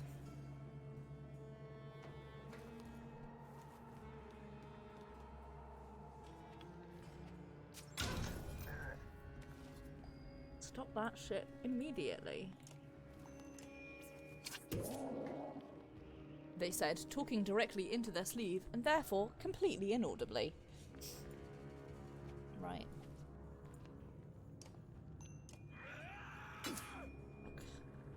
Well, almost.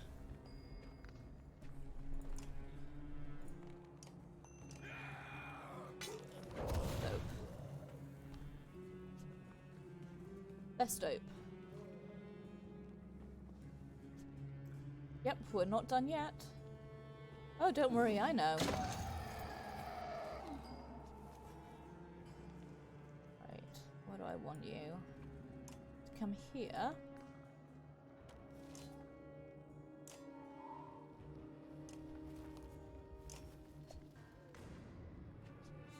Why? Oh, because I'm an idiot, that's why. Because I got mixed up and I'm an idiot.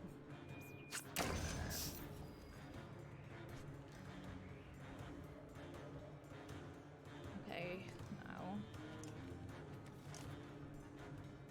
Who can I confuse?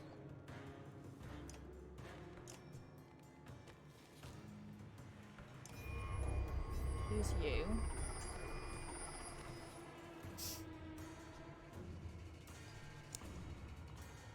What do I want to do?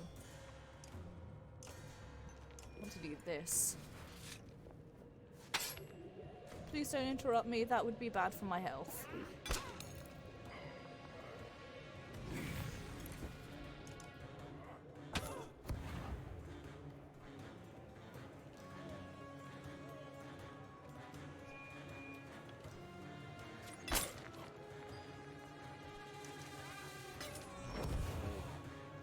I need to start shepherding you guys this way. Because I really need to deal with this bear.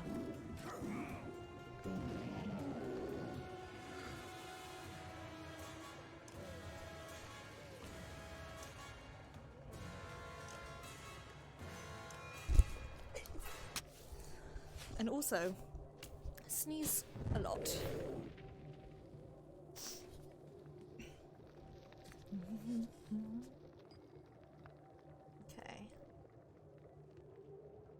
Get over here.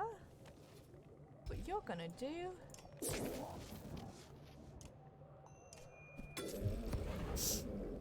It's truly an abysmally fuck that bear's day up.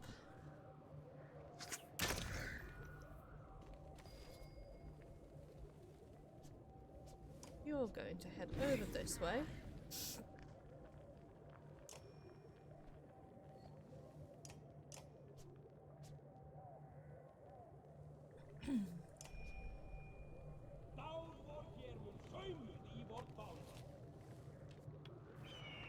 Try and plus some of our friends.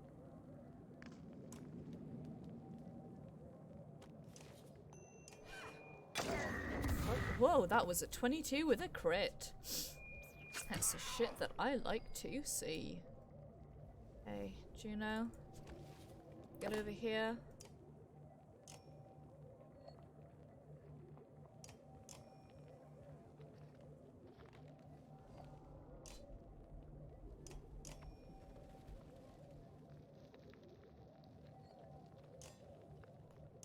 Why can you not do the thing that I'm asking you to?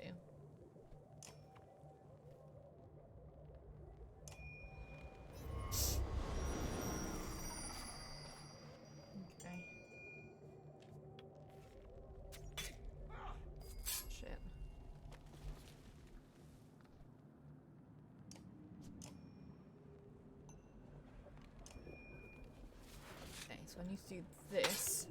Because I need to get our friends over there. Fuck.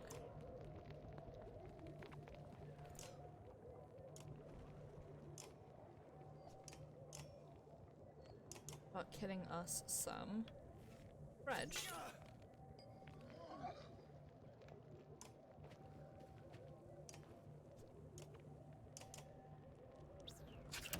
Stop doing that.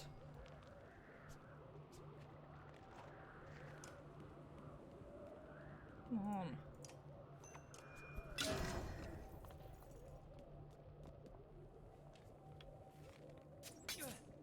Off.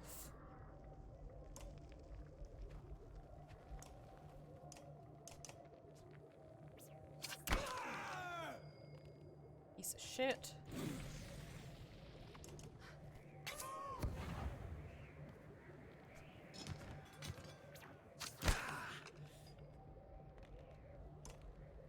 You know, get over here. You can't do anything, but that's okay. Because we can do that.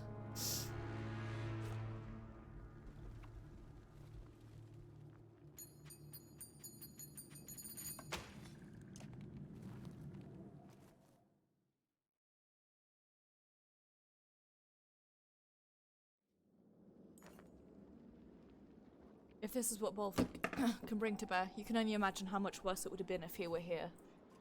Juno weaves between the bodies of fallen dredge and catches her eye before she heads up the steps of the Ridgehorn Tower. In your voice, you hear her in your head, you hear a thin voice. When you are ready, join me. She must have given Bolthok the real runaround, says Bar. He keeps glancing at the bridge as if expecting to summon the Berserker by name alone. Think I'd better make sure Ivan's almost done. How about I whistle when it's time to go? Alfred offers to ferry you anywhere you need to go.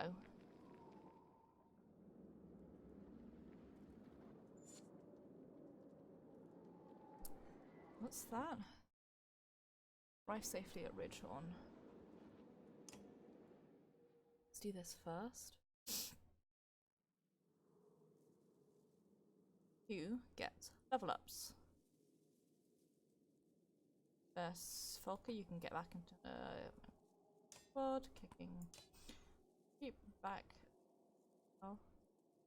Keep Ollie instead of apostate, but put you in there.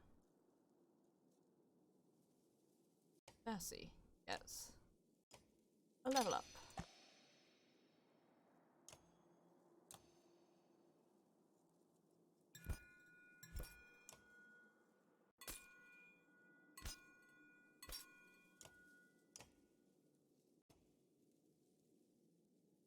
Castaway gets a level up.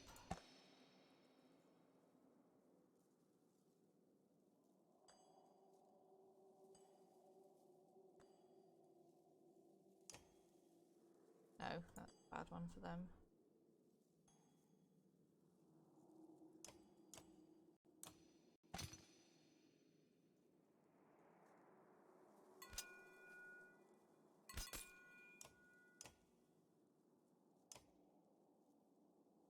Got 26 left. Either Folker and Castaway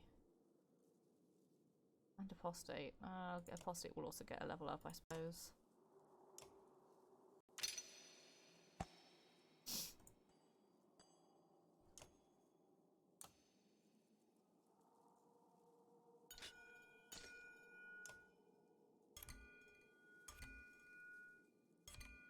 No.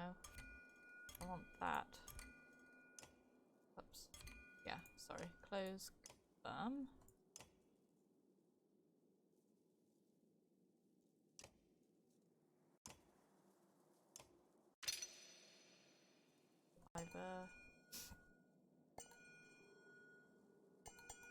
Really like that.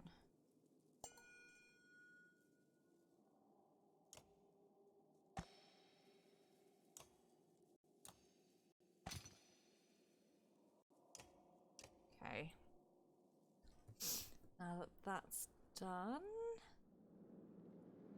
how's it doing Spa and Ivan? Spa sits on the rubble of ruin, watching Ivan move vast laps. He fidgets with an ornate mead horn. I'm about to sneeze again. As good as any time to give you this, Val. I've noticed you got no drinking horn, and that's no way to live. I don't care to drink from a Yox horn, old man. Nay, nay, does this look like a sodding Yoxhorn? It's carved from the tusk of a gold boar. Shines, even in full black. Okay, so I never seen a old gold boar, but I did steal it a long time ago from a very rich man, and he seemed pretty convinced. Folka stabbed me with her eyes when I told her I was giving it to you. What made you think of this now? Oh, I don't know. Been down a lot of roads. Got a feeling I might not see the end of this one. And I don't want to imagine Ditch using it for some disgusting thing after I'm dead. Why give it to me? Tradition, Val. These young folk don't know respect. They don't remember a time when it was right to honour a guest. I don't care what any of them say. You're doing a fine job. Look, here. That's history carved there. Before banners and tapestries. Or banistries. See the little armies? The tusk does seem to shiver on its own. Carved figures almost look like they move as you roll it in your hands. I can't keep this. Take it, take it. It's not getting me laid anymore. Not like this Langspiel anyway. He smiles, pleased with himself. You don't seem too upset about facing death. Upset about dying? Well, I'm more upset about living. Do you know what it's like taking a piss 3 times a night but only waking up twice? No, death sounds fine. It sounds fine. But I'll tell you what, I'll miss my life. The secret for us poor bastards with short lifespans is love. Sounds like a bunch of rot, I know. But if you don't love life, it'll make you miserable. Learn that from a lady friend. Where'd you learn to play? What do you mean? Who taught me? Nay, nobody taught me. It was a festival, biggest of the year. I don't know why I'm some for reason giving him a weird Australian accent. By all rights too young to hold my drink, sipping from every unwatched cup I could find. Then a spat happened. One guy built like a bear, howling another man over his girl, or I don't remember. Doesn't matter. The other poor bastard was a mouse. You ever seen one of those guys? Thin beard, wide eyes, ready to run? The brute comes at him with a knife pulled out right out of his dinner, and the mouse is soiling himself, climbing over tables to get away. Everyone's loving it, even the musicians stop to watch. I'm off my head, drunk, and I'm thinking, by the gods, this seems a good song. So I grab the instrument and go wild, soaring and screaming. The thing just sings in my hands. At least in my head, it's a masterpiece. It must have sounded like a boiled cat. This mountain of a man, he looks over at me with the most complete confusion I've ever seen, and I just remember. The next moment, there's a knife in his neck. The mouse got him. Even drunk as I was, I knew it was because of me. I've been playing ever since. Frankly, it's a damn tragedy wasting my talents on these ungrateful monsters. I better go and check on Juno. Aye, you better. If those two don't find this passage soon, Bolvik will fucking... Not saying that one out loud. Yeah. Thanks for the horn. I'll make sure nobody does anything disgusting with it. And enjoy it too. It's not a bloody decoration. It's a gift from the God-blessed ravens.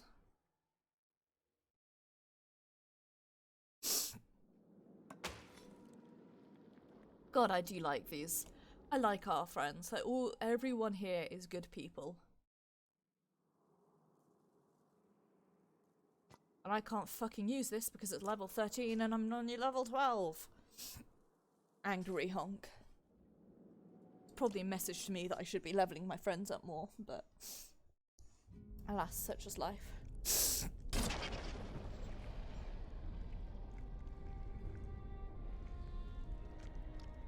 Arm is so itchy.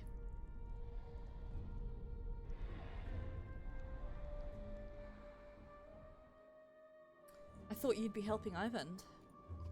I have to check on something. Look to the horizon. The serpent rides in the distance. It knows we're here, but won't approach, hopefully.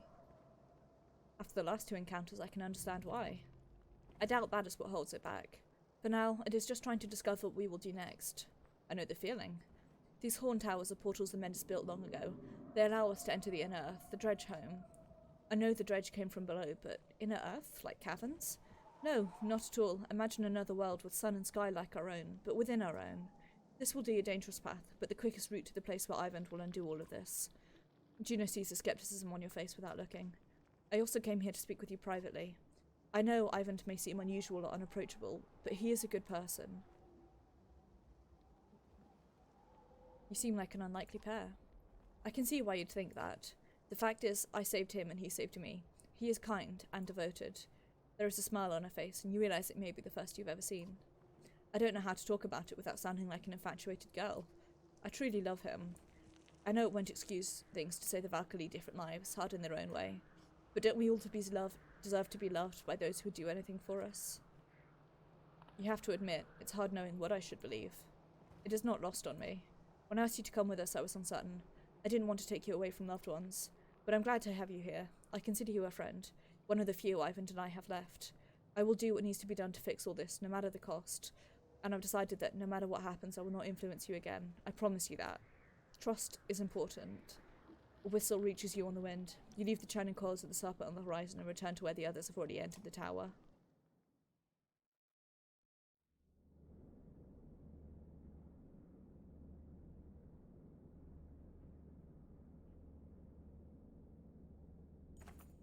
You join the others already waiting in an enormous chamber beneath the tower. So what do you expect to happen next? Sparse sputters. Ivan steps to the edge. We jump. Heavy footsteps echo off the high walls and a dreadful outline stands in the doorway. Well done, witch, says Bolthok. Made a fool of me again. Even from here you can tell he's shaking with rage. Ivan screams at everyone to jump, but there is only hesitation. Volker turns and walks to Bolthok. The caravan watches Volker with rapt anticipation. I doubt we'll get another chance to talk Bolthok, so I had to know. Is there anything left of you in there? I never left, Volker. You left. We thought it was what you wanted. I thought I was following orders. What's done is done. Yeah, that does sound like you. You get as close as you dare. The two barely acknowledge your presence. Remain silent for now. Go on, Volker. Get out of here. What if the Valkyr can undo this, Bolthok? What if they really can? It doesn't have to end like this, you stubborn dolt. They lied to you, Volker. They're lying still. Bolthok points his axe at the Valkyr, and static flickers across Ivan, shaking hands. These two took our reputations. They took our freedom. They took my life. They did all of this. Even if they can save this world, I won't allow it. Are you kidding me? Life's not fair, is that your argument? Even when I was 8 years old, I never gave you such snivelling drivel. Don't destroy everything we made to save your pride. The Ravens need you. So do I. You feel a slightest shift in Bolthok's demeanour, but in a blink it's gone. Jump down the rabbit hole, Volker. I won't stop coming until every one of you is dead.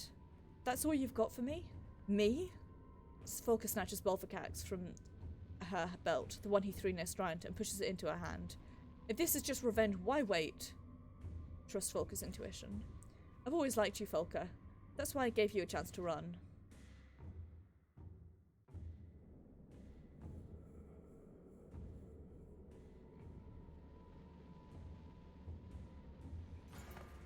Things are suddenly moving too quickly to react. No! Without hesitation, Bolthok buries the axe deep into Volker's neck and she falls in a bloody heap. Your face narrowly escapes Volthok's second axe blade as you stumble backwards. The screaming rage fills the room until a peal of thunder drowns it out. Lightning arcs from Ivan's staff, scorching the ground around you in wild patterns, catching Bolthok's fur cloak on fire. Ravens reluctantly leap into the pit and you follow, tumbling down into the darkness as light from the hole above recedes. A roar in your ears, like the bellow of a sunder, rings in your ears like the bellow of a sunder. Bolthok leans over the edge, his face wreathed in flames from the smouldering cloak. It's the last thing you see before everything goes to black. Chapter 20. We live as we will give. Oh, I'm annoyed because I really liked Volker, and I'm also annoyed because,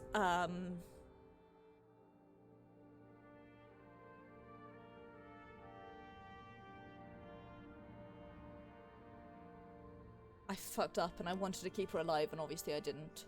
Sometimes you awaken more tired than when you fell asleep. This is one of those times. Aleo is sitting bedside. Aleo, were you watching me sleep?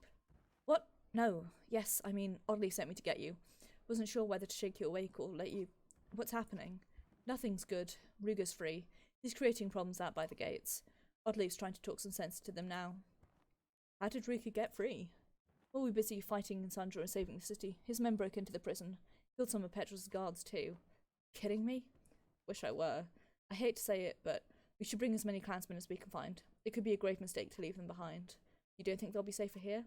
I don't think we'll be safe without them.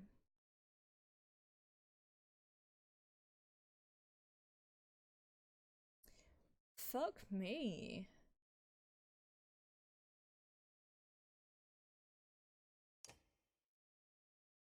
They said miserably.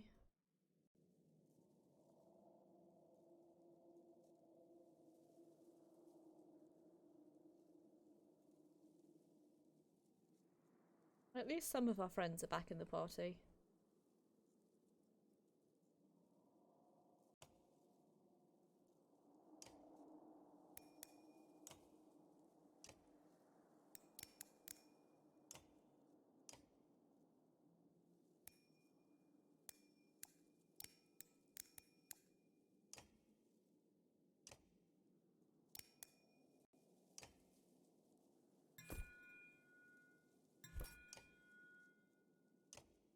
Okay. Who do I want to level up?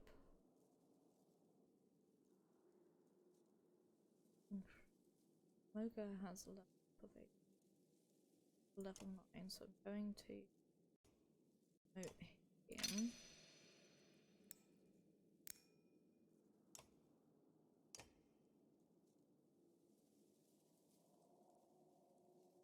Now Deirdre. Oh, Luden has one up to 9. Deirdre also has one up to 9. And I prefer fighting with her.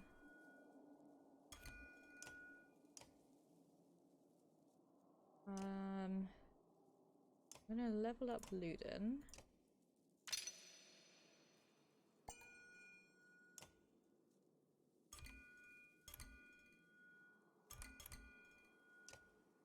That.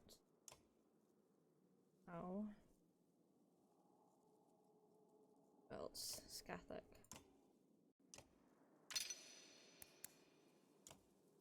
Love one. Right.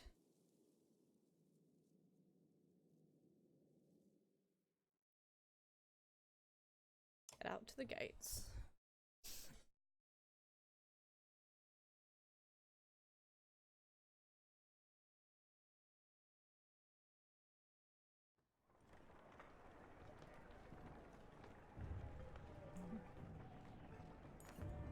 You squint in the sunlight outside the cool shade of your tent, and a smell reminds you of the small farmhouses you once lived near in Skoga. The field is full of horseborn, a lot more than were there before. Ubin stands in their midst, the shepherd of a confused flock. These horseborn look rougher than ones you've been travelling with, and many sport battle injuries. The horseborn lost a lot of leaders all at once, he tells you about the new arrivals. They haven't found a lot of sympathy here in Albrang, despite helping to defeat your ruin. Hate to crowd your camp, but what would you think about taking them under your wing? Are you sure they want that? We won't know until we ask, Ubin replies. In times like this, I believe it's better to have too many friends rather than too few. Have a horseborn ally speak to them on your behalf. Several of the horseborn who have travelled in your caravan nearby. Considering Canary's trouble past, you think it'd be best to leave you out of here. Ask Roek, tribe leader, to speak on your behalf. Roek races ahead as you approach. Do you know any of these horseborn who arrived with Ubin? You ask. Ubin translates, chuckling. He asks if you know all the men in Arbrang. Roek agrees to ask, regardless. You can't make out the words, but Roek talks with warriors' confidence, holding their attention. A conversation emerges. By the end, he turns to you and says, "Some join." Dope. I like more fighters. I don't like the number of days we have left of food, though. What kind of trouble got stirred up that we need the whole clan? The kind that turns into an angry mob. My least favourite kind of mob. I'm glad Rook is learning sass again.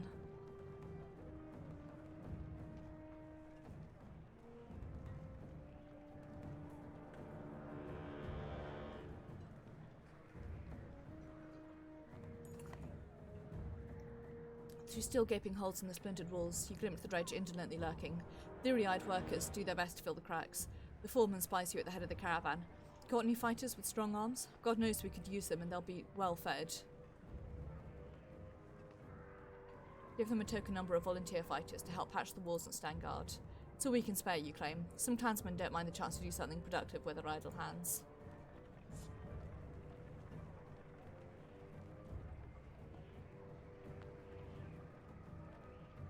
I really love these sections. I feel like they do such a good job of showing the size of Arbrang, which I think is something that's difficult to see in other situations. And I think it also really... So many survivors occupy the dirt along the common paths that begin to blend together. A young girl conquers the shyness and comes begging for food at your feet. Others are inspired to do the same. Compared to these people, you have a questionable amount of supplies. The real question is how much you're willing to spare for those who went on in your future, who will keep coming in the future. You consider what to tell the growing crowd of friends. Ignore the beggars.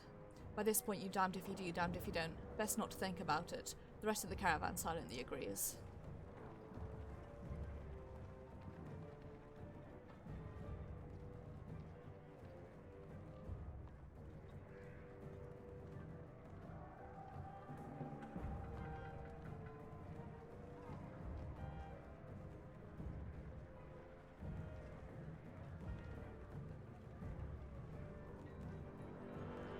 Okay. Dredge killer, shouts a woman as you approach. Contrary to what it sounds at first like an angry mob, the opposite occurs. Thankful survivors crowd around asking questions you can't answer. What if Dredge attack? What about the darkness? What do we do now?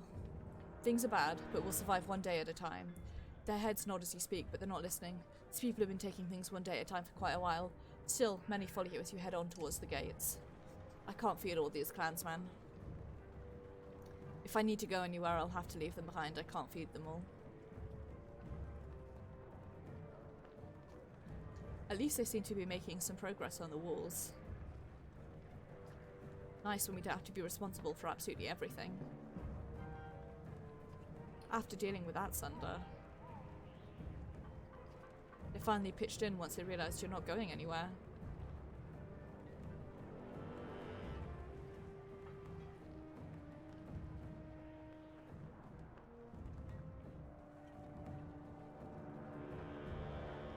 I don't know why, but I find myself instinctively worrying about Alette as I approach the gates, even though I know she's gone.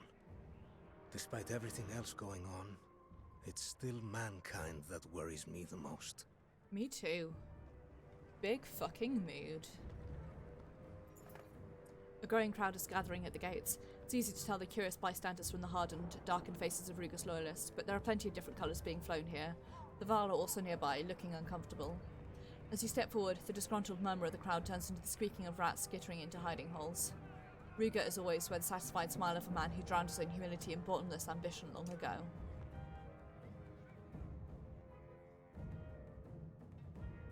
Ah, our saviour has joined us.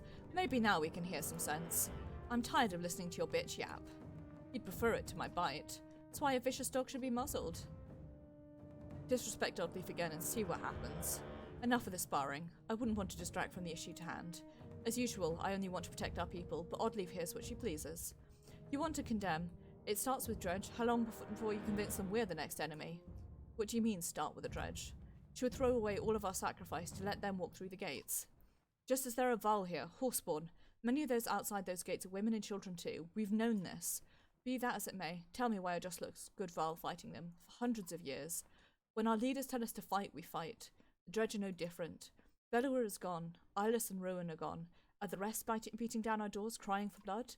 No, they cry out for mercy. All I'm suggesting is we don't leave them to suffer in the darkness. We can find a way. Before he died, our king said everyone lives. Who is Rieger to disagree? He is no king. Oddleaf is right. There is no king here. Look at the faces around you. Some who just lost children, trampled beneath bloody Dredge hooves. Shall we invite the Dredge in for another go? I don't see how any of this matters. When the darkness covers us, we'll all be the same sort of dead. But all things being equal, I'll shed no tear for the Dredge now. Here, some common sense. And what does our heroic Sunderslayer believe? Speak up. We've all been waiting for your wisdom.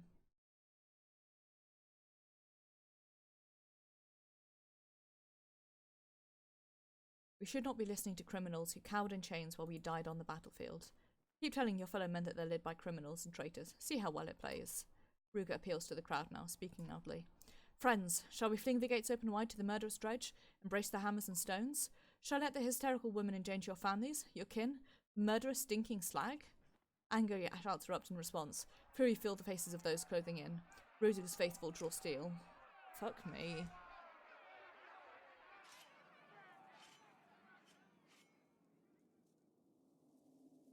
Well, this is only going to go terribly. I'm gonna keep these guys out of the battle for a moment.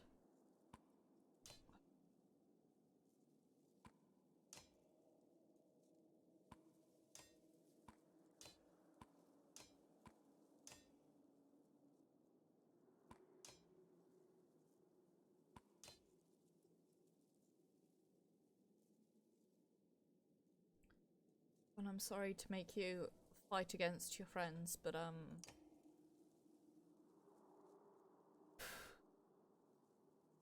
I need to. It's important.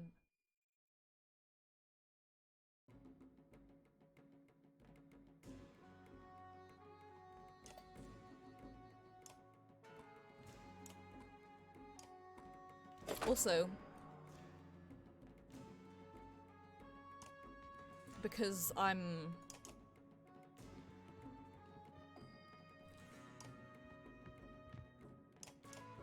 super duper with Odd Leaf on this one.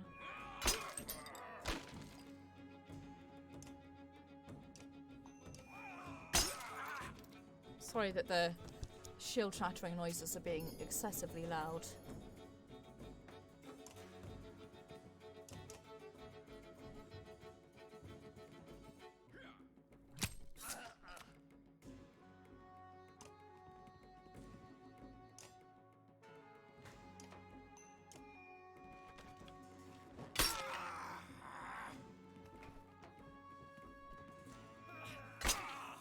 Stop doing that.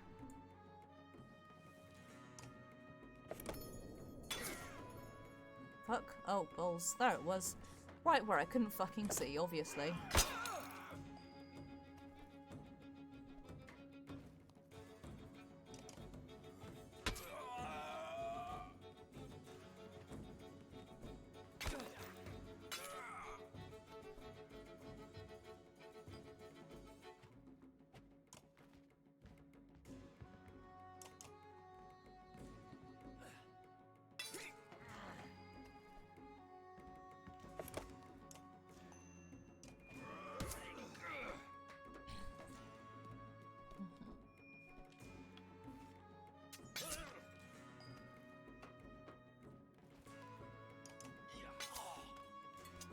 Good, easy kill.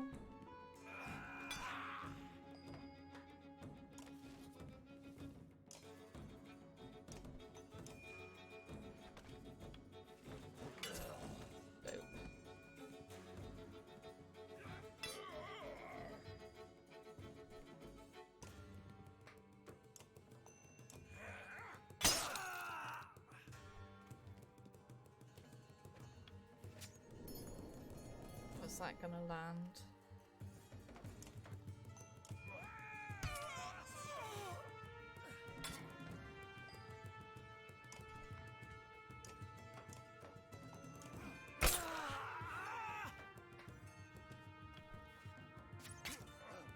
Look. Off. Stop fucking doing that.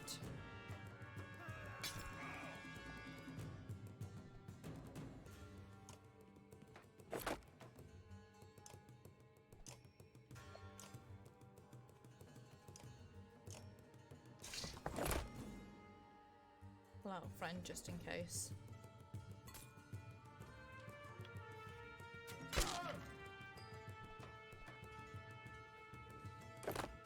Go here.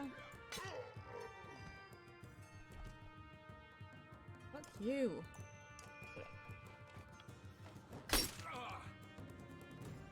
Ruin your fucking day.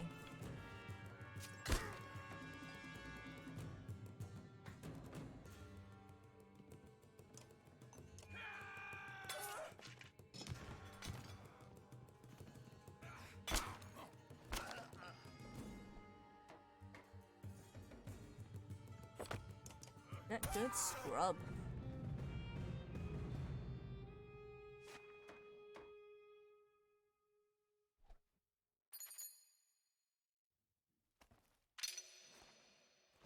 Yay for that achievement.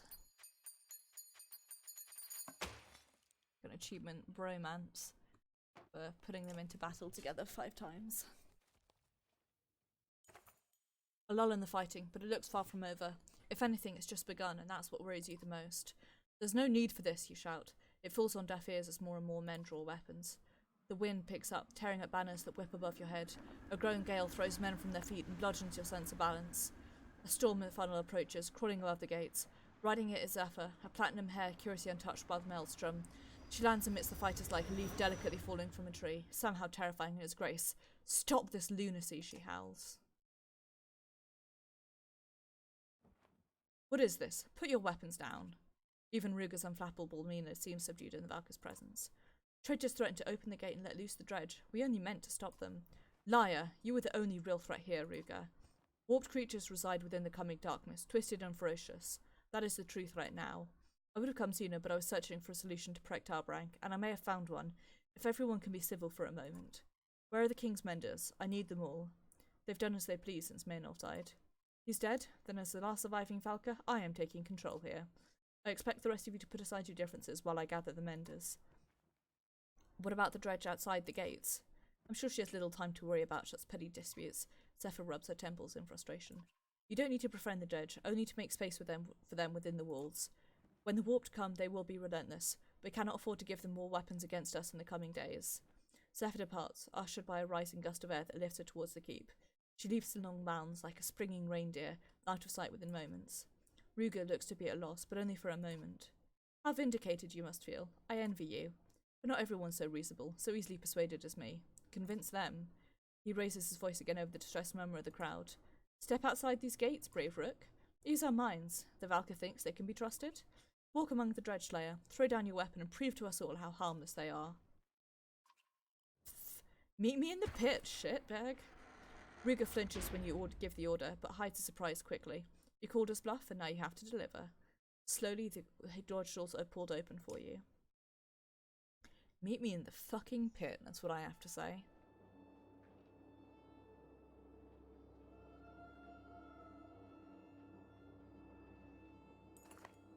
You take a deep breath. Someone pushes the Skoga banner into your hand, and it weighs heavily. Dredge stand shoulder to shoulder beyond the gates. The warbling stops as you approach, and the many yellow eyes turn to your direction like a field of sunflowers. You force your legs to move. The dredge part around you. It feels suffocating, even though they do nothing but watch. Now completely surrounded, you turn around, where equally captivated clansmen stare breathlessly from inside the walls. You reach your weapon and the dredge stiff, never-seen response. Then you drop it to the ground. The air is still, as if itself afraid to breathe. You raise the banner. Dredge follow you as you walk back into Arbrang. They follow through the gate. They follow into the courtyard. And then a man shouts. You can see his face clearly, but you don't recognize him. Just some guy. It's hard to hear what he's shouting. But it sounds like, "You'll kill us all!" He holds a spear towards you. Others draw weapons. They raise bows. Everyone reacts at once. You feel pressure across your chest and touching it, see blood in your hand. Can't breathe. Oh my god. Dad.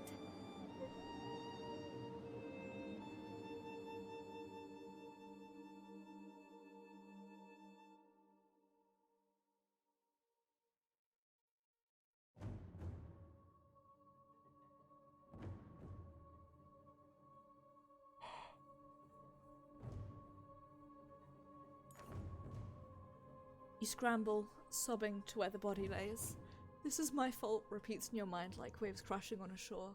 I did this. Besides, Rook lays the banner. You wrap it around him like a sling, pushing his lifeless face from your mind. You drag his body frantically through the squall of battling clansmen as if they weren't there. A sudden blow to the back of your head steals your sight. Dizzy, you're rising, being pulled by your cloak. It's Petrus. His guards are scattered and overrun. The mob bucks like a wild beast. Nearby, Aval brings a shield crashing down on someone's head. Horseborn scream in the distance. The smell of smoke fills the air. Blades lunge at you from different directions, and you emerge bleeding around the corner of an alley. We need Zephyr, you cry, pulling at the body and still within the banner, though you know it's too late.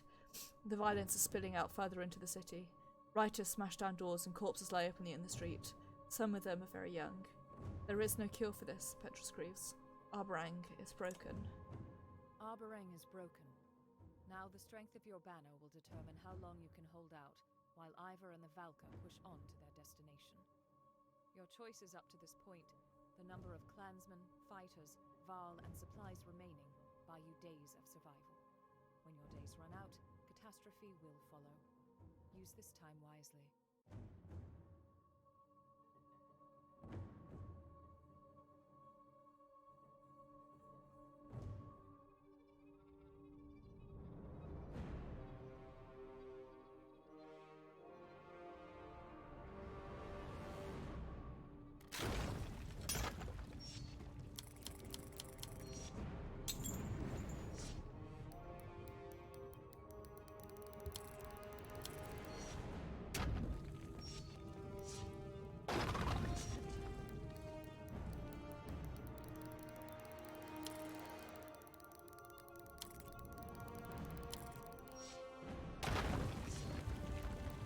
Oh my god.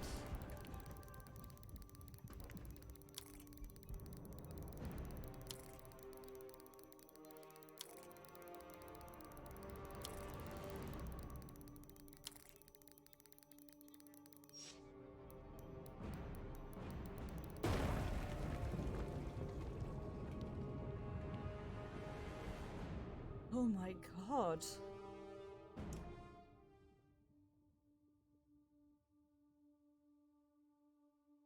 You find Zephyr near the keep, where she's preparing the menders. She turns as you approach. Captain Petrus, I told everyone to stop fighting. My friend is hurt badly. You have to help. To do something, please. The stone guard who joined you near the gates has been carrying the body. He leans over to show Zephyr. Zephyr shakes her head. I'm sorry.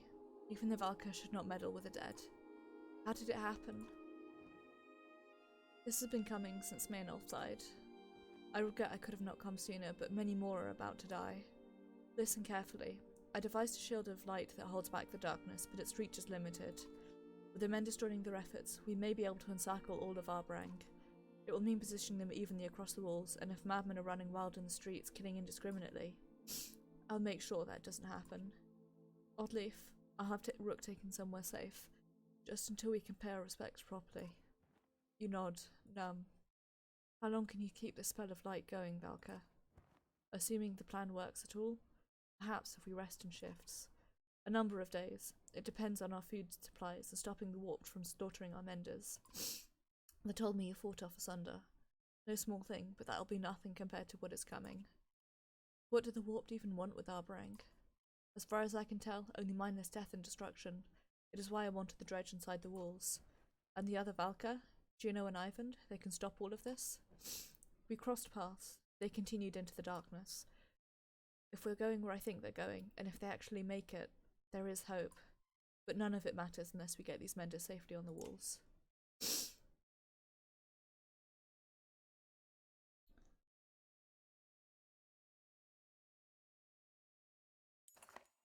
You lead a group of Zephyr's menders towards the gates, where the fighting is worst. The darkness is already drawing close, throwing soot into the air. You push into the fray to clear space for the menders to do their work. Men fight dredge, men fight men. The fighting curls around you like wildfire until you're engulfed in it despite your best efforts. One bare-chested, shrieking madman charges at you, but is crushed into the dirt by the heavy stone bludgeon of a nearby colossus. The stone guard stares at you, past you. Bloodied men encircle you like vultures, screeching shrill insults. Traitors, raven-starvers! The stone guard nods some kind of understanding.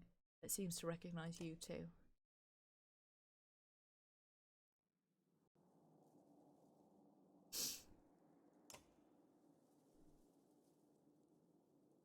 Well, I was waiting for a chance to save, but I guess I'm gonna have to wait until after this fight. I wonder if maybe it saved. If I quit here, actually, I think I'll be able to start straight into this fight, so that is what I'm going to do. Hi, Pixie. I'm sorry I haven't said hello yet, but you came just in time for a really, really sad thing to happen. That, if you couldn't tell, genuinely has me teared up a bit.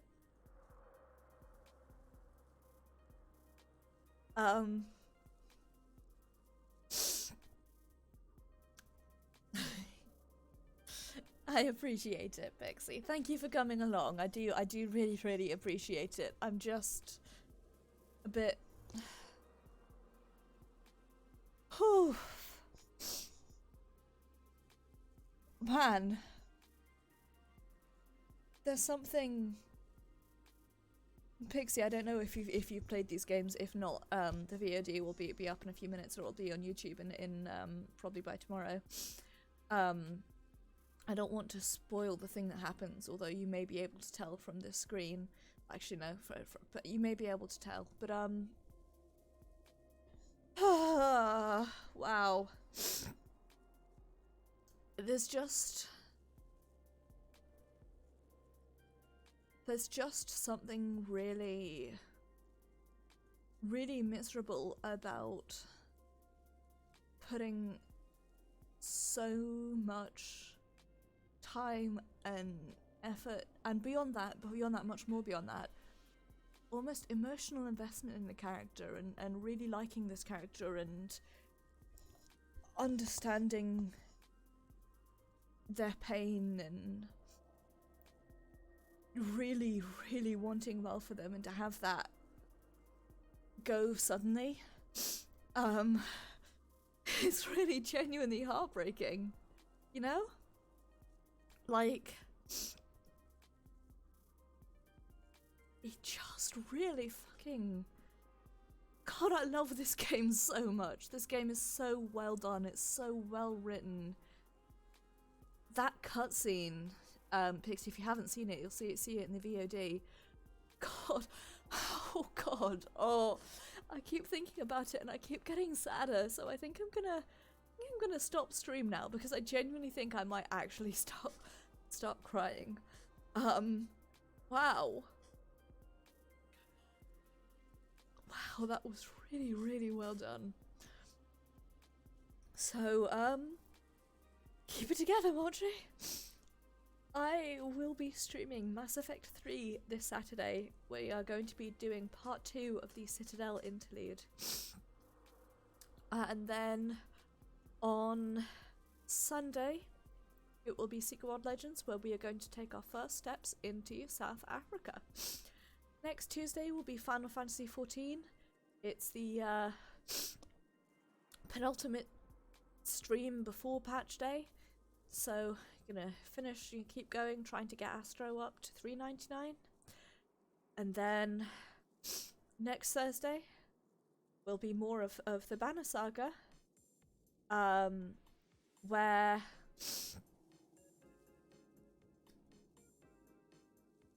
we're gonna deal with this aftermath. Because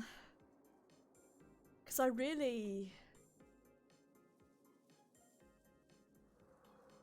It's just really well done. I'm not kidding, like, I'm genuinely like tearing up a little bit. So wow. Let's see who's live that we can go and raid, if I can type correctly, which obviously I can't.